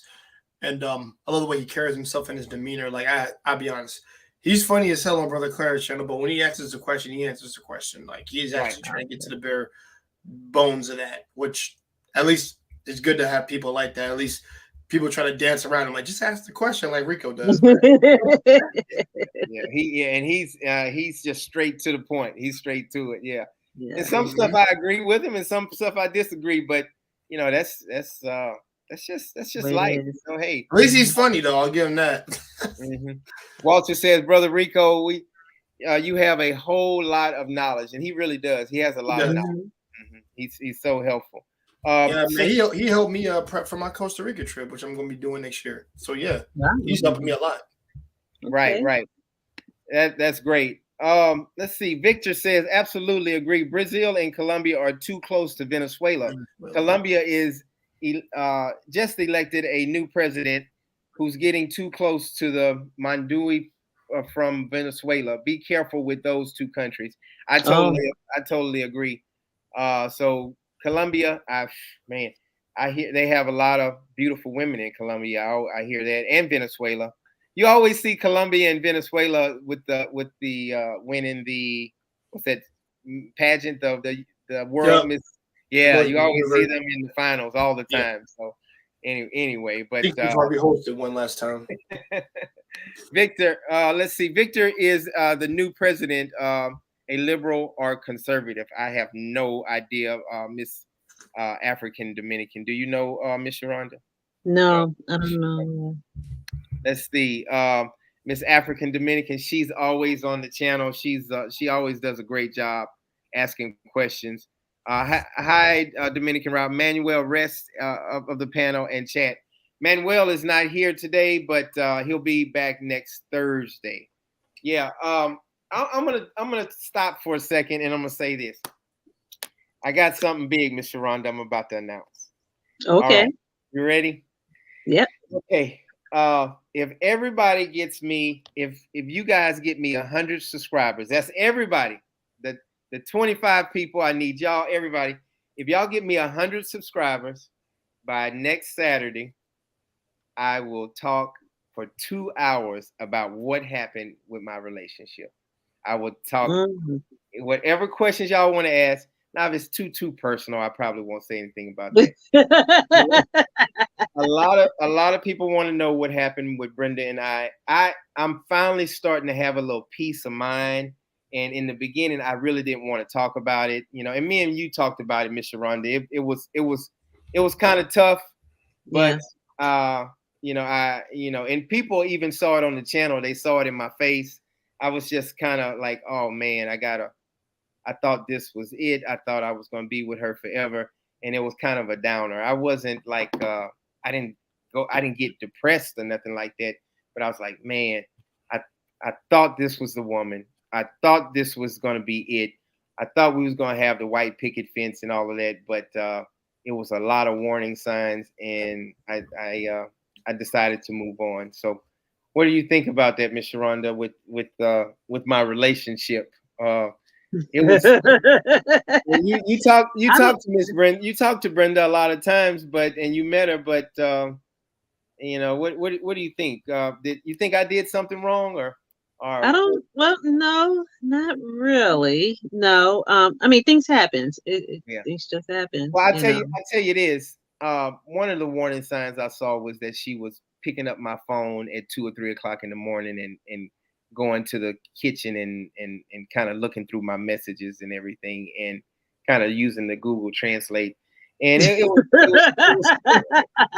was a lot of that jealousy and who is this and you can't interview that girl. You can't interview that girl, but you can interview this girl. You can interview the old 72-year-old woman, but you can't interview the one that looks like Halle Berry that's 24 years old with so I the jealousy was there and but anyway, I will do a complete 2-hour live next Saturday. I need everybody to give me some subscribers and tell them to hit that like button and I will give you everything, guys. So Jay, I mean, and you also need to work on yourself. So I look back and I reflect and I say, hey, I need to work on this, and this, and this. So we all can work on something. You're how long have you been married, Miss Sharonda? We've been married 6 years, but we've been together for 20 years. Congratulations. Wow. Thank you. Dominicans don't get married. No. They just stay together forever and say they married. But we actually if you've been together 20 years, I'm like, you should know everything about each other at that point. Yeah, right. Actually, and then some. Yeah. So what is married. give me some pointers. I'm 46 years old, and I have been married before, and the first marriage, it was my fault because I was in the Yankees organization. I was traveling a lot. I was doing stuff I didn't have any business doing, and I was young, and it was just tough for me because you got all these women coming at you, and I was young and coming country boy from Louisiana, and I'm seeing all this stuff in New York and all of that. So you learn from it, but maybe it's karma. Some people say, well, what goes around comes around, because I treated women bad when I was younger. I really did. But I called every one of them and I apologized to them once I got mature. I really did. The ones that I could reach out to on Facebook and things like that, I reached out to these women and I told them, I said, hey, I'm sorry for what I did. I really am. I was immature. I don't think a man should get married or get into a serious relationship until they like 20 something, 26, 27, 28 years old. That's just me personally. I say 30 because I'm 31, but more often than I said it. The reason why I'm gonna say that is because you know what's so funny? You have the same mindset as my younger brother. He said the same thing. He said not to have kids around age until like maybe 25, like was your prime. And I was like, still too young, bro. You still don't know who you are or what you want to do. Now, if you want to go in with kids, then that's your choice. But right. if you really want to be there and be stable, not in any debt and stuff like that, I would say at least 30 to 35 personally. Yes. Because you should have matured at that time. When you're in your 30s, you're a bit more mature than what you are. And I would say to me, the maturity starts after 25. You should be there before then, but latest is like 27, 28. And then when you're like 30, 31, you've made decisions. You've built up your repertoire, your money, your financial stuff. And you're like, okay, I think I've gotten the maturity and I'm ready to financially take care of a significant other and also have kids. That was my whole thing. I'm gonna give you an example. I'll give you an example with my kids. I like that point, Brother Jay. Thank you so much. My daughter Jasmine, she's older than my son DJ, and my son, he wants to do backwards flips. He wants to jump off the roof. He wants to see if he can jump over the car. And just men, we do crazy things like that. But my daughter, we do. I'm 46 years old, Miss Sharonda, and my daughter, I pay attention to both of them, and they love each other dearly. And my daughter, and my son, and my daughter says this all the time. She said, "Why would you do that? That doesn't even." We're mature. That's why. and she does just like this. She's like, "Why would you?" And she puts her hand on her head and she said, why would you try to do a backward flip off the top of the car on the concrete? Why would you do it? And so it goes back to like maturity. And my son is smart. He's intelligent. He's an awesome kid, but he's a boy. He's a man. He's not a man yet. He's a boy. Yeah, the mentality, And, yeah, how old is he, by any chance? My son is 16 and my daughter is 17 years old. Okay. My son turned 16. They still got a lot of still got a lot of growing, because even in my age, I remember how rebellious I was. Well, it was really the 15 to 17 so stuff. Sharonda, right. You're right, Brother Jay. Miss Sharonda, do you I don't have no sons, so okay, but I do. But when you came up in high school and middle school, would you see boys in high school doing crazy things? Of course. My cousin said, yes, and they're saying, girls are more mature than boys. Boys will still play around, want to karate kick you and do this and do that, and they big and grown and whatnot. They don't start really getting mature until they really get into the girls. When they get into the girls, they start acting a little different. But for now, I mean, the girls are much mature than boys. That's right. They just grow a little faster. And let's see. Let's go to the comments. African Dominican says, "I feel at home and loved in the Dominican Republic. I do too. Just like everything in life, the energy. Oh my goodness, that's what I love about African Dominican. Me and you talk about it, Miss Sharonda, and Jay on the other channel. They talk about you guys talk about energy all the time, and what type of people you hang around, and positive, and are they jealous? Are they envious? Or the energy has a lot to do with it. And when you get older and you get mature, you realize that the energy, the people that you're around, it really makes a big difference. I found I didn't mean to cut you off, but listen, hold that thought. The energy was not there with me and Miss Brenda. It was just not there. So that had a big part of it also. So African Dominican, that's well said. But go ahead, Miss Sharonda. No, I would just want to say that I noticed with a lot of Dominicans, they are very humble people. They make you, they make you feel warm, welcoming in their home. They feed you. They just some they don't have much, but what they do have, they share with you. They're just some very humble people from what I noticed, from what I've been around and who I've been around. That's So, right. yeah. That's right. Yes, yes, yes. Brother Jay, what do you think about? I mean, have you been in a serious relationship? And if you have, how did it go? And what did you make any mistakes, or what happened? I'll say this. Well, I'm actually on my third relationship right now. So for the previous ones, and by the way, similar to you, I wasn't bad with any of the ladies. I think the difference with me is just I learned to be a decent person because of my grandmother, and that's to be my father. It was just a combination of both. And I think for me, it was about not hurting the other person. Awesome. And I don't bash them. I don't talk bad about them. Now I talk about them in a respectable manner, like the problems that we had, or more so the issue that she had that I tried to help and I couldn't do anything that when she wouldn't let me help her. And I was like, I can't do for somebody who won't let me help them. So what can I do? Right. Whether I give them space or not, that's just kind of like that's not what I'm there for. I'm there to help you if you need help. Now, granted, professional help, that's a deeper thing. I'll support you if you do that because I want you, sweetheart, I want you to be okay. That's all it was. But when it came to those serious relationships, I think I handled it. I think I handled it pretty solidly. I'm not saying I was the greatest, but I didn't blow up. I didn't go crazy. Thank goodness. I didn't do that because I'm like, that's bad. But I think I handled it with the best, to the best of my abilities. I was there for them. Like I said, I never blew up in front of them. I never was ignorant to the emotions or the feelings that my partner had. So like I said, I took it seriously. And it was something not to be played around with because, I genuinely cared about, like I said, because if I'm with you, it means I care about you. And also I show you more than I can tell you. I'm more of a show and tell. Right.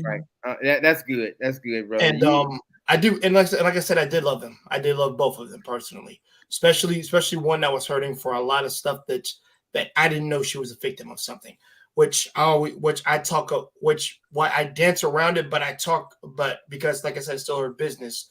So I only want to dance around it. So that's why I don't mention her name. And also I don't talk about the issue so much. It's just more so me respecting her wishes. I'm not letting her business be known.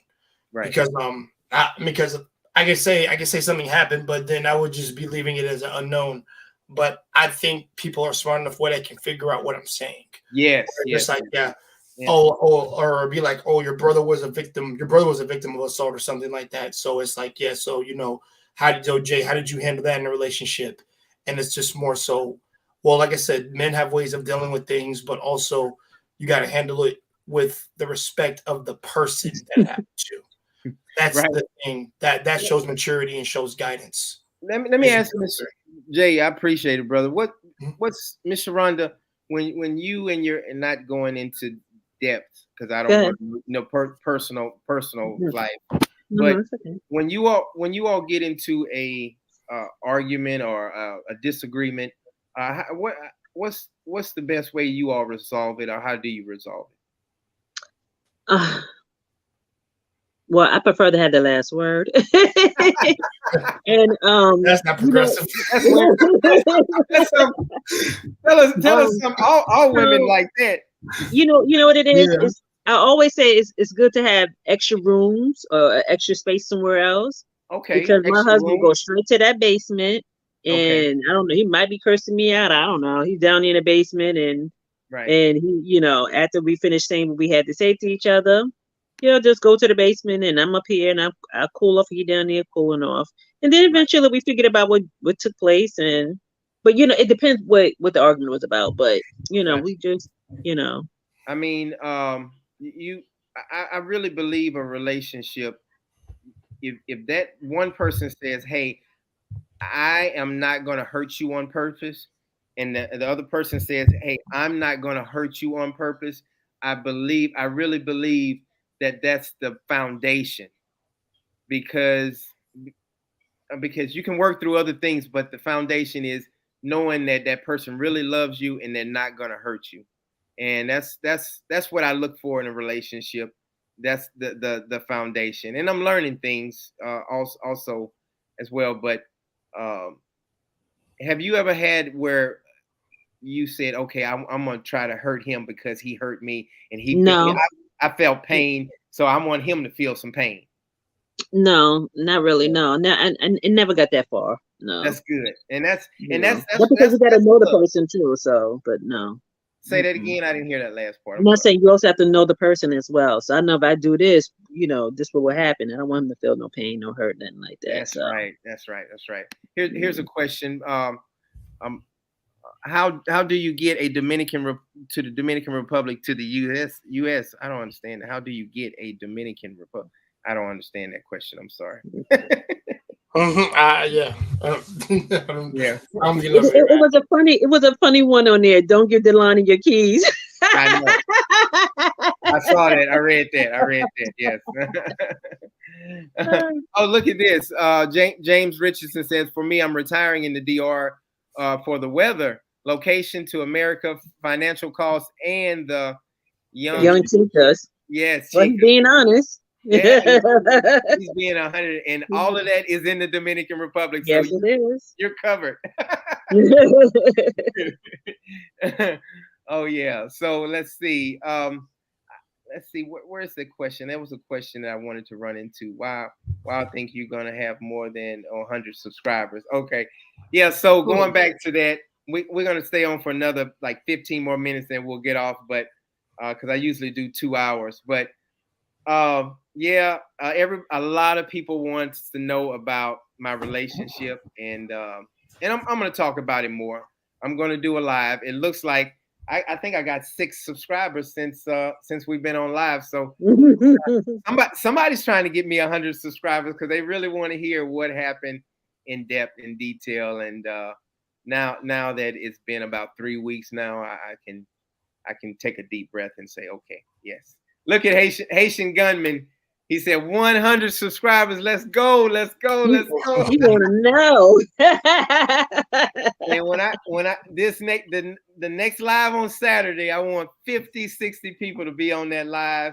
And Miss Sharonda, if you can get on it, Jay, you can get on it because yeah, definitely. That's I'm actually more subscribed to you, so you're good right there. Okay. You got a couple subscribers. I know Miss Sharonda. I don't know if I do, but the thing is, like I said, the thing is to get your channel at least into the hundreds and maybe higher is what it is. Right. So like I said, it's a lot of work, and I understand. Like I just did a video before I came to you guys' channel at literally 8 o'clock, and I'm just like, let me just do this real quick because I know he's doing this video, and I wanted to hop on to his, so I want to knock out the topic and then just hop on, support, show support to my man Dominican Republic over here.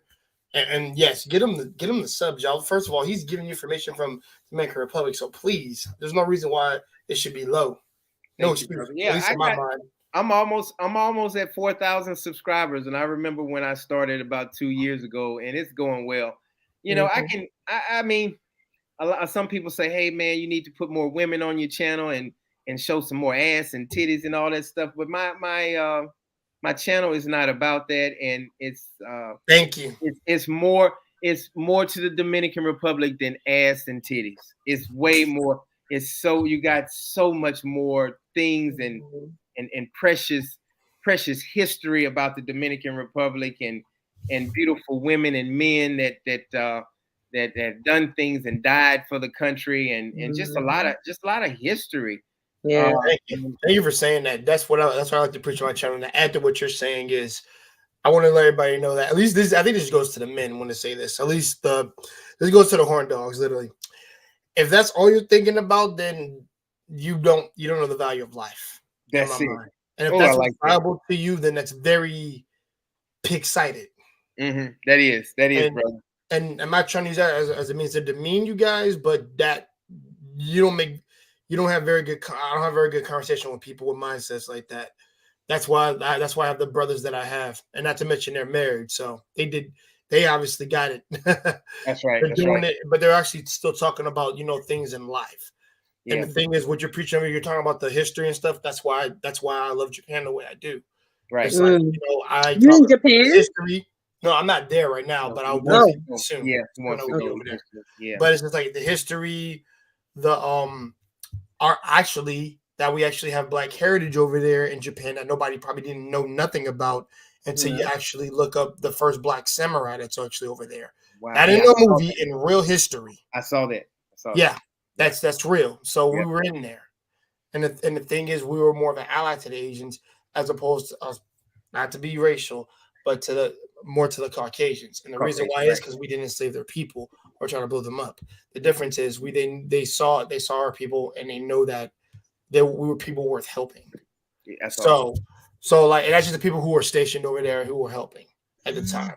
So Great. so that's what I said. So when I like to hear stuff about that. So when we're having a conversation about like history and stuff, don't ever bring up ass and titties in front of me, man. That's right. That's right. That just tells me that just tells me you have a very limited sense of a thought. That's right. That's right. And like I said, I surround myself with educated brothers. Like I said, it's not to talk about that every once in a blue moon, but not every day and every hour. Yeah. That's right. That's right. That's all it is. And plus, I got a lady, so I need to talk about it at all. I'm good. Right. Yep. Big L says, I'm from Miami, Florida, born and raised, but now I live in Honduras. For the past 5 years, I'm never going back to the United States. Maybe just to visit, and that's it. I'm in a happy place, and I'm so happy for you, brother. It's shout out to you. Yes. Because it's a lot of people are just tired of the United States, and I'm tired of it as well. But I appreciate my country. I love my country, but the things that's going on right now is really I understand. Yes, Definitely, yes, sir. yeah. I think you're gonna have more than 100 subscribers. LO people like the tease. So yeah, people want to hear about my about my breakup. I don't know if you know, but I broke up with my girl about 3 or 4 weeks ago, and 3 or 4 weeks ago. yeah, and everybody. Yeah, because what you were talking about this entire stream, I'm guessing you're not with her when you said that, and I'm like, Right. yeah, like I said, and I said, brother, you're right. Like I said, you can share whenever you want to share, and that's something. Like I said, you have a story that you want to tell us, and I guess people want to know because they want to know what the downfall is, and I'm like, or what was was it miscommunication? We know lots of variables that go into that. Yes. And it's like, a lot of, I'll say this, not a lot of guys are willing to talk about that, but it's good to see some dudes do talk about it because it's rather, I would say this, I'd rather a guy get it off his chest than keep it bottled inside because eventually it's going to destroy him. That's right. Because you got to vent. You got to vent. You got to vent. You got to talk to. So next Saturday, guys, it looks like it's going to be 100 subscribers. So next Saturday at 7:00 is going to be about my last relationship, and you guys can just let me have it and ask me, questions upon questions. James Richardson, I'm planning on moving to the DR in about 36 months. 36 months? Yeah, I don't know. That's hold on. 2 years? Yeah, do the math. Yeah. Yeah, I'm trying to do the math in my head right now, guys. I don't know. What's that? 36 months? That's about 2.5 years? I don't know. I think, yeah. Yeah, so that's good. Congratulations. Okay. It's not too far. Yeah, James, let me know if you need anything or if you have any questions, shoot me a text on WhatsApp and I'll get back to you. Okay, let's say African Dominican says, oh no, not the phone. What is she talking about, Jay? Not the phone. Oh, she's talking about, okay, I'm kind of old. Yeah, she would take the phone. Remember I was telling you she would take the phone and then go in the kitchen and I would catch her at 2, 3 o'clock in the morning, like, going through my phone or whatever. So yeah. So crazy, like, I was going through my phone. And look, Kia Pena says ain't nothing wrong with a little spying. I think it's something wrong with that. What you think about that, Jay? Just if you want to look through my phone, you can just sit down on the couch or sit in the bed with me and just look through it. Exactly. You're not gonna find anything except pictures of my mom, my little niece, and my nephews. Yeah. Does your girl go through your phone, Jay? No, she doesn't. And the thing is, the thing is for me, I don't go through her phone, and plus, Right. I'll be honest, my lady, she's country. She does not like the internet at all. Okay. She's my lady is actually German. Oh, she's German.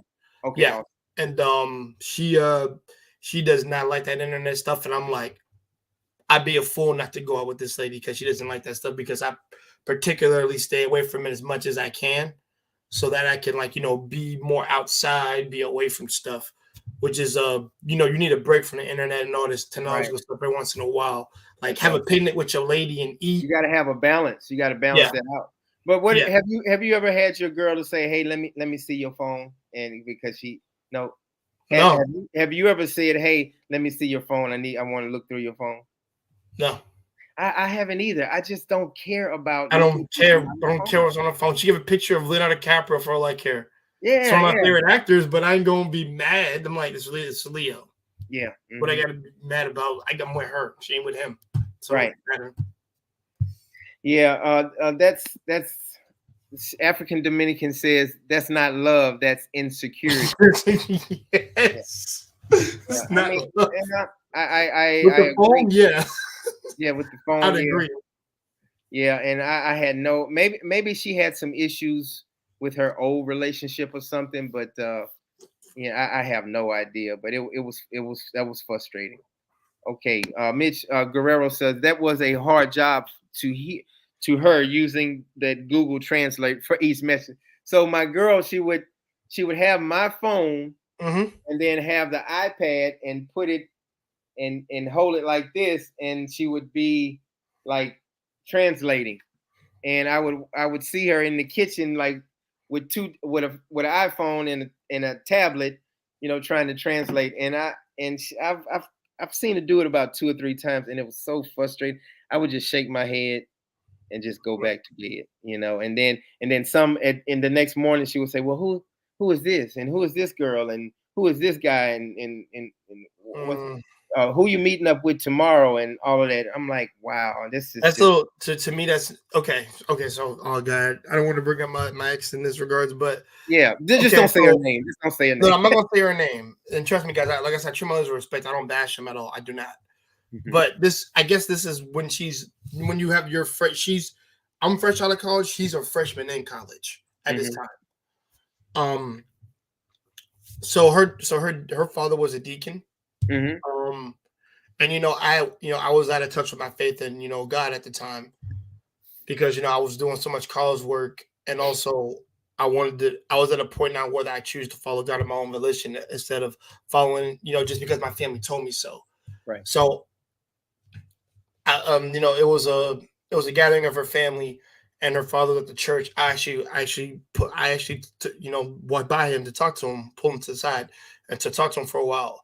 And I told her, I said, I'll be right back. I just got to talk to you. I just got to talk to your dad. I want to talk to him about something, because maybe he can give me some answers. So, we're having a man discussion, talk about such and such. And then, it was like maybe like about a 30 to 40 minute conversation, because I really wanted to know if he had some answers for me or something, or some advice he can give a young man such as myself. So I got to talking with him. I got his daughter, put her back in her car and get ready to drive her, her back to her job. And she said, what are you talking to my dad about? And I was like, oh my goodness. And no. She wasn't being funny. Right. She wasn't being funny. She was actually not being angry, but she was just like that suspicious curiosity killed the cat type metaphor. Yeah. She was like, yo, we speak to my dad about, and I was like, oh, it was just something private. It was just something private between me and him, between two men. Right. And she was like, well, watch everyone know what you said. I said, I can't tell you that. It just, like I said, it's just something from me and him. And let's be real. Think about it. Would I really be talking about talking about you to your dad? I'm not doing that. So don't think. I mean, some girls might think that, but no, I'm not. That was something probably between two men. I'm just trying to get some guidance from him, from a believer guy, since he is a deacon.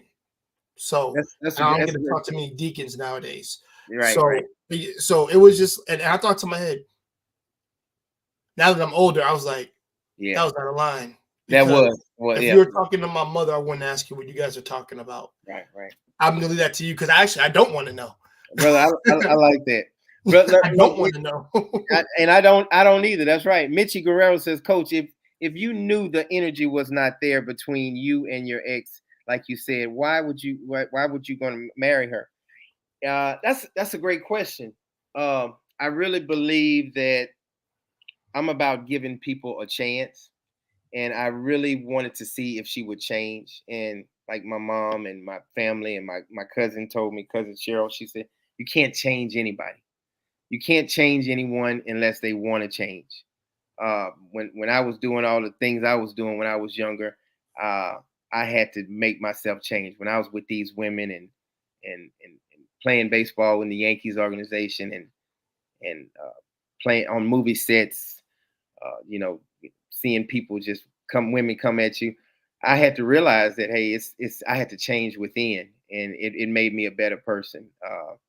But and when you're young, you just say anything. But why were you going to marry her? I just wanted to see, because I really did love her and I love the kids, and I wanted to see if anything would kind of pan out. And Right.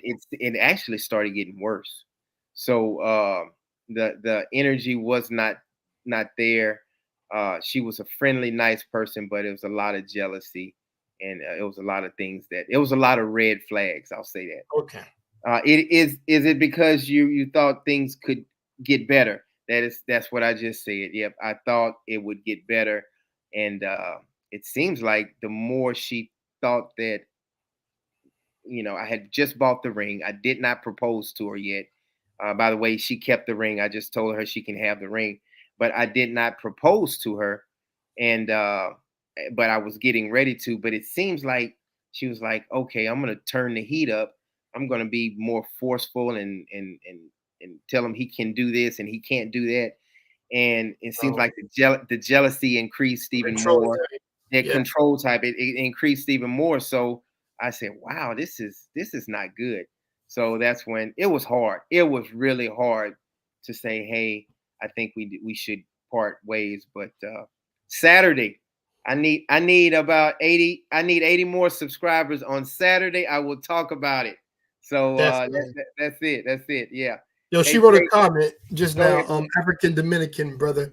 She says maybe she thought you were asking her dad for her hand in marriage. That's Go ahead. Mhm. that's wild. That's Yeah. wild. Comment on that. Okay. Let me say this. Only date. Listen, we were in 6 months of dating at the time. So how could I ask to marry her off rip? And plus, if I were, and I'm gonna say this, if I was going to marry, which most likely I was going to, it Mhm. would have been that 3-year thing. I would have waited till she graduated at least college, and then I would have made sure that we were taken care of at the time, because I Right. was older than her by like 3 years. Yeah, it was 3 years, because she was 20 and I was 23 at the time. Gotcha. I Gotcha. already turned 24 at the time, but yeah, but the thing was, he wanted to know where my head was at and where I was going, and plus and plus, like, normally that doesn't happen until like I'm real deep in a relationship with someone where I'm gonna ask your dad. Gotcha. But that's because I'm so young. It's fair for you to think that, but I don't think she really thought that. Right. It's fair to have that thought in there, but I don't think she really thought that at the time. She, Gotcha. like I said, was probably asking something about her, but it wasn't like about marriage off rip. Gotcha. Because of course that would have been something that mean a lot to me, but my mindset was not in the mindset of marriage. It probably would just be more in the getting to know you phase, and getting to get to, like I said, explore more things about each other before I even pop that question. Because let's be real, you're out of college, you got to have a really good Right. job for you to start doing that. That's And true. and I met her brothers-in-laws, and like that, she has a really great family. There's nothing bad I can say about that family personally Gotcha. at all. So Hey, that's let me why I treat her with respect, because I talk about her. I talk about her in respect, but also I never bash her at all for what That's she had. good. Like, no. And that's why I respect you, brother. Let me ask you this before we close out, and I'm gonna let you go, and then I'm gonna talk to the Mhm. Dominican route people. Let me ask you this: why we're going back on the subject? Why are so many Americans moving to the Dominican? But why are you considering eventually moving to? Is it China or is it Oh, Japan? Japan. Yeah.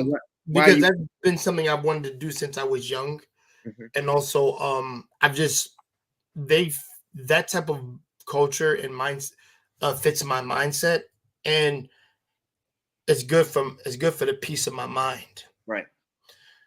Because they're not loud, they're not angry, not aggressive. So, like, for example, in a subway, you can't be loud like how you were in New York. You got to shut up and be quiet, which I love that, because they'll rip that into you before you even get there. You can't be sick talking loud, doing whatever with all these silly nonsense ladies on the shit on the freaking subway being crazy and stuff. Right. You don't do that over there. That is true. That You is gotta so be quiet. Yes. And since people just got off work, they do not want to hear your ass talking on your damn phone. Yeah, that's right.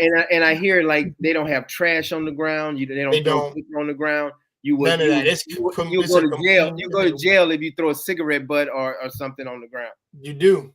Exactly, which is why you spit on the sidewalk. Yeah, you can't even spit on the sidewalk. Like my cousin just said, you can't even spit on the sidewalk.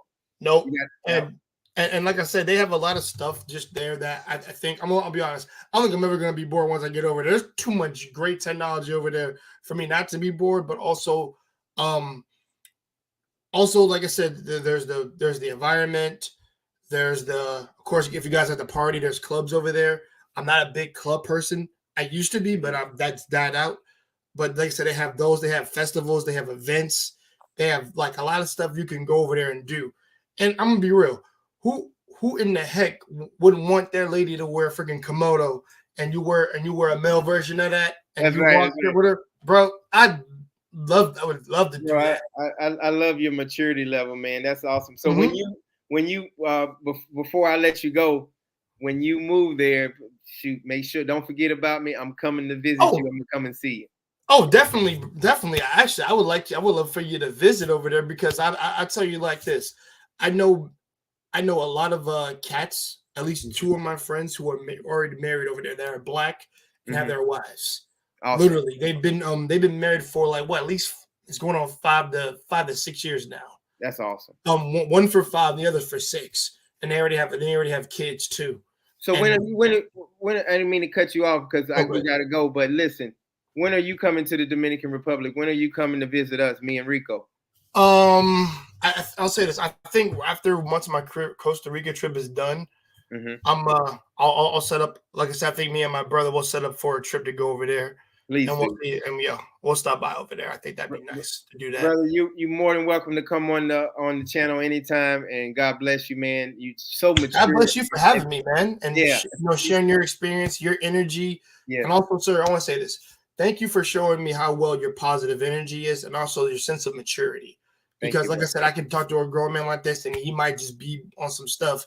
But how you've been displaying yourself, also with Brother Clarence's channel and your own channel. I've been watching your videos, by the way, man. I've had a free weekend. I freaking need to watch everything. You got some really great streams, my man. And how you carry yourself is how a man should really showcase himself. So thank you so much for showing me that.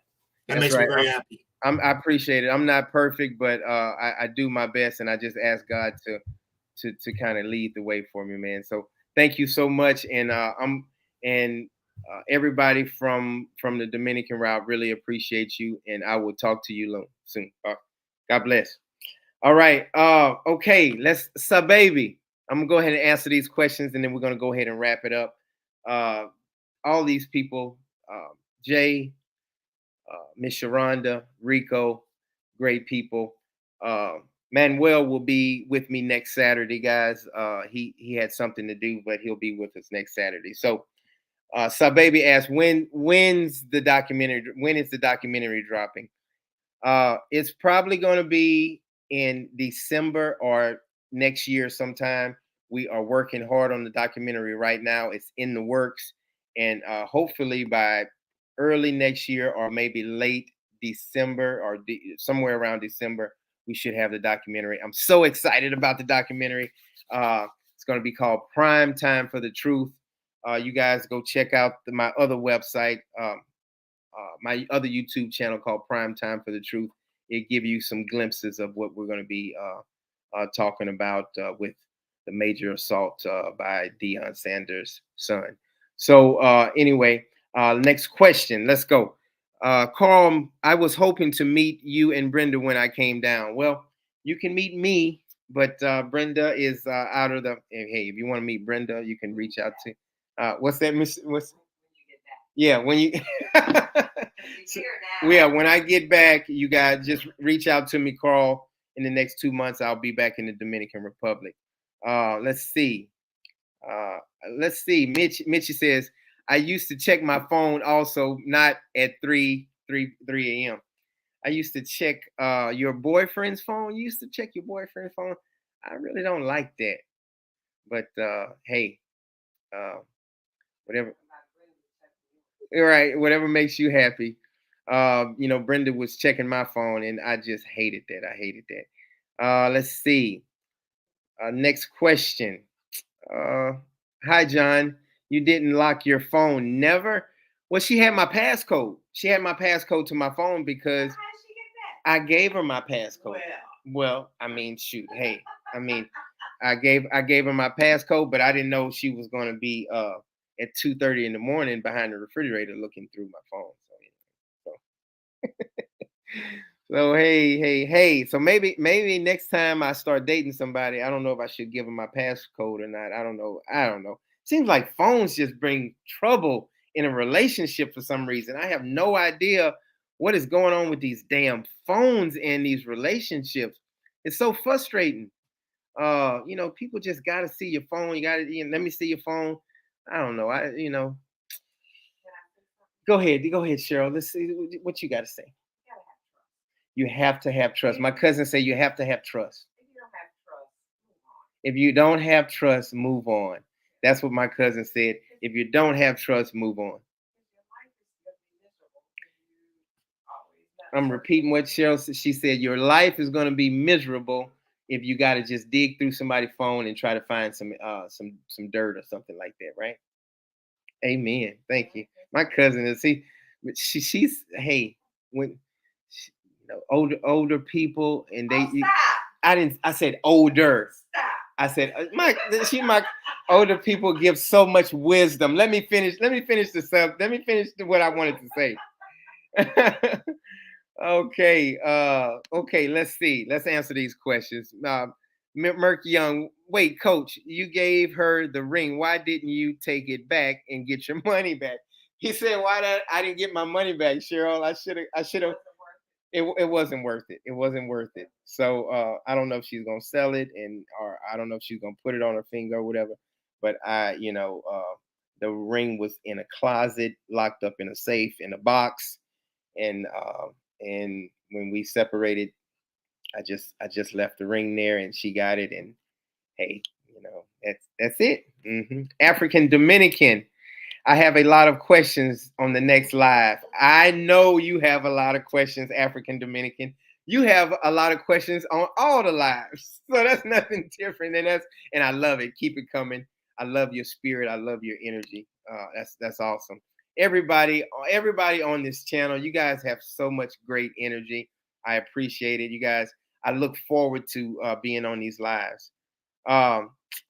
Hey, Coach John, what's your WhatsApp? My WhatsApp is 214-985-6792. I'll put it in right now for you, 214-985-6792. Shoot me a text. I really don't do like calls and talking back and forth to people unless you want a consultation and you want to talk about something. I'll do that, but we'll talk about that. But shoot me a text and I'll try to get back with you. Let's see, African Dominican. I need you on the panel next week. That's great. African Dominican, yes. Millie, thank you so much. African Dominican, can you get on the panel on Saturday? Because I love your energy. I really want to hear what you have to say about relationships.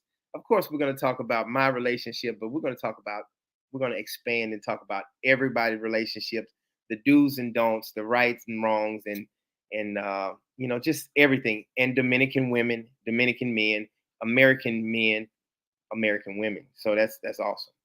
So African Dominican, you have been called out. You will be on the live next weekend if you're okay with that. Just please. Okay, let's see what she has to say. Millie, thank you. I will definitely hope on the panel, LOL. So she'll hop on the panel. I'm sorry. I'll definitely hop on the panel. So yes, African Dominican, I'm so happy you're going to be on the panel on Saturday. All right. I really like. I want to see. I see you guys' faces. Some of you all, like in the comments, but I would really like to talk to some of my dedicated fans, like on the live. So if you want to get on the live one day, if you're not shy, if you got your hair done, and you don't have a lazy eye, I'm good with you guys getting on the panel. No problem. African Dominican, I wouldn't keep up with the keep the ring unless I kept it just to sell it. LOL. So hey, that's true. I wasn't thinking about selling it or trying to get the money or anything like that. So I wish her the best. African Dominican, she's definitely going to sell it to the highest bidder, Cheryl. She says she's going to sell it to the highest bidder. Yes. I am live, guys. You guys gonna see some videos. I'm not in the Dominican Republic. I'm in Louisiana, but you're gonna see about 2 more videos that I have not posted yet in the Dominican Republic, and so a lot of people are gonna say, "Oh, are you back in the Dominican Republic?" No, I'm not. I'm in the United States. I'm in Louisiana, but you will see some videos from the Dominican Republic. Um, Okay. John says, never give a woman your passcode. Never ever give your woman. What you think about that, Cheryl? You think he's right? Never give your woman your passcode. But what if she wants to look up something? Her phone is broken or something, and she needs to use your phone. So I mean, it's just You never had anything to hide. I never had anything to hide. I never had anything to hide. But the thing is why do you have to sneak and go through my phone? I just don't understand it. That's an yeah. But somebody that was not secure in your relationship. That's right. Although you were dedicated to her. But John, but Tamper John says never give a woman your passcode. Do you agree with him or you disagree with him?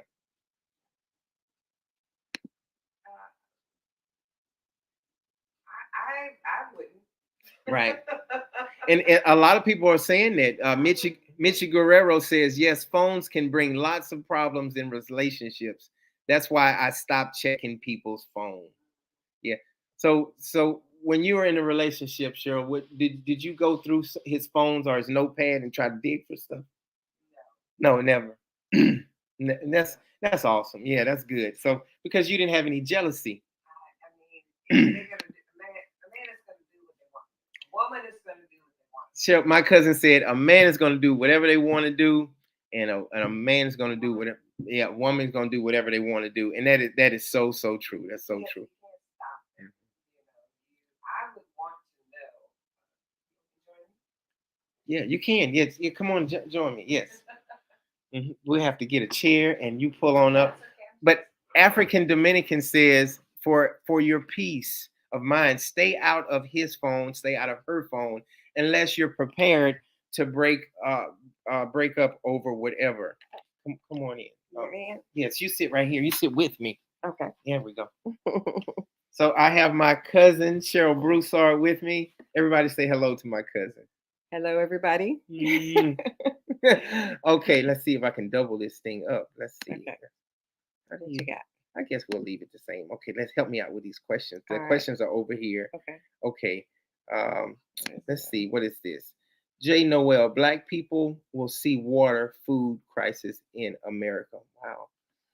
People. Do you think it's going to be a crisis in America? Do you see that forthcoming?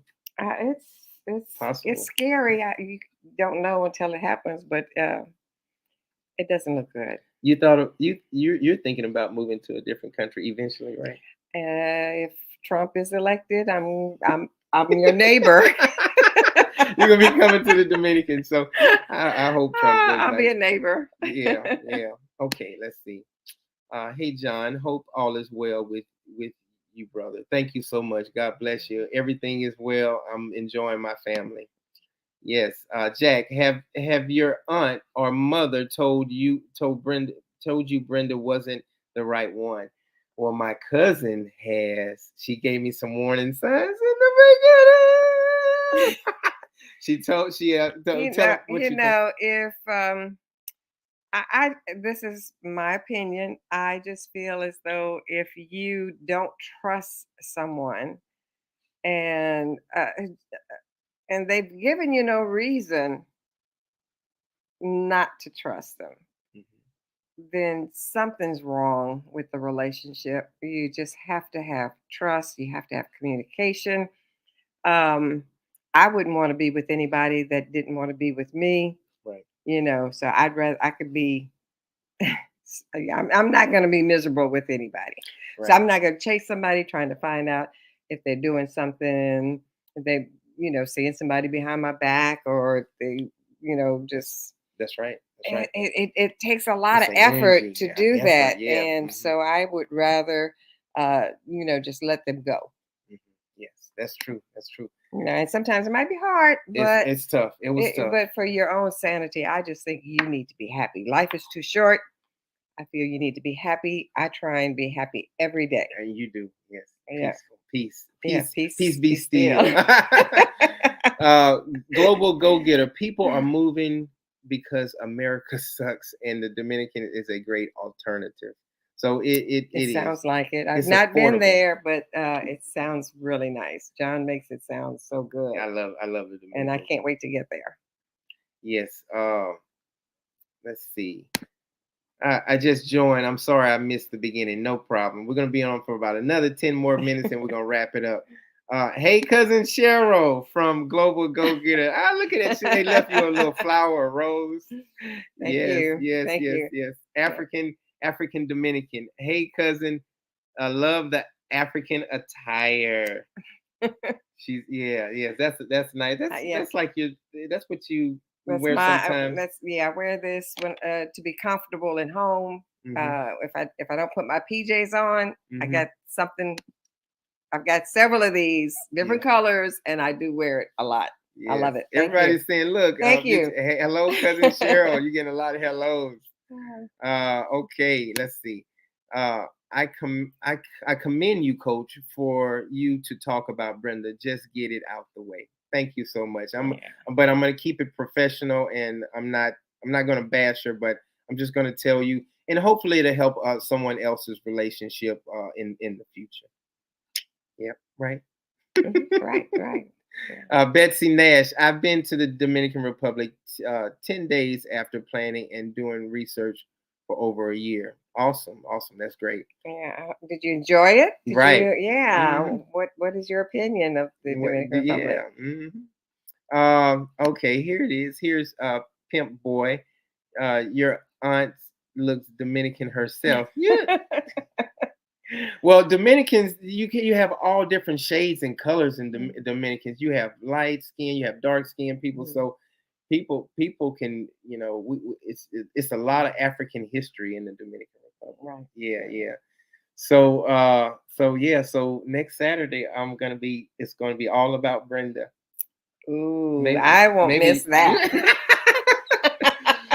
So guys, thank you so much for all that.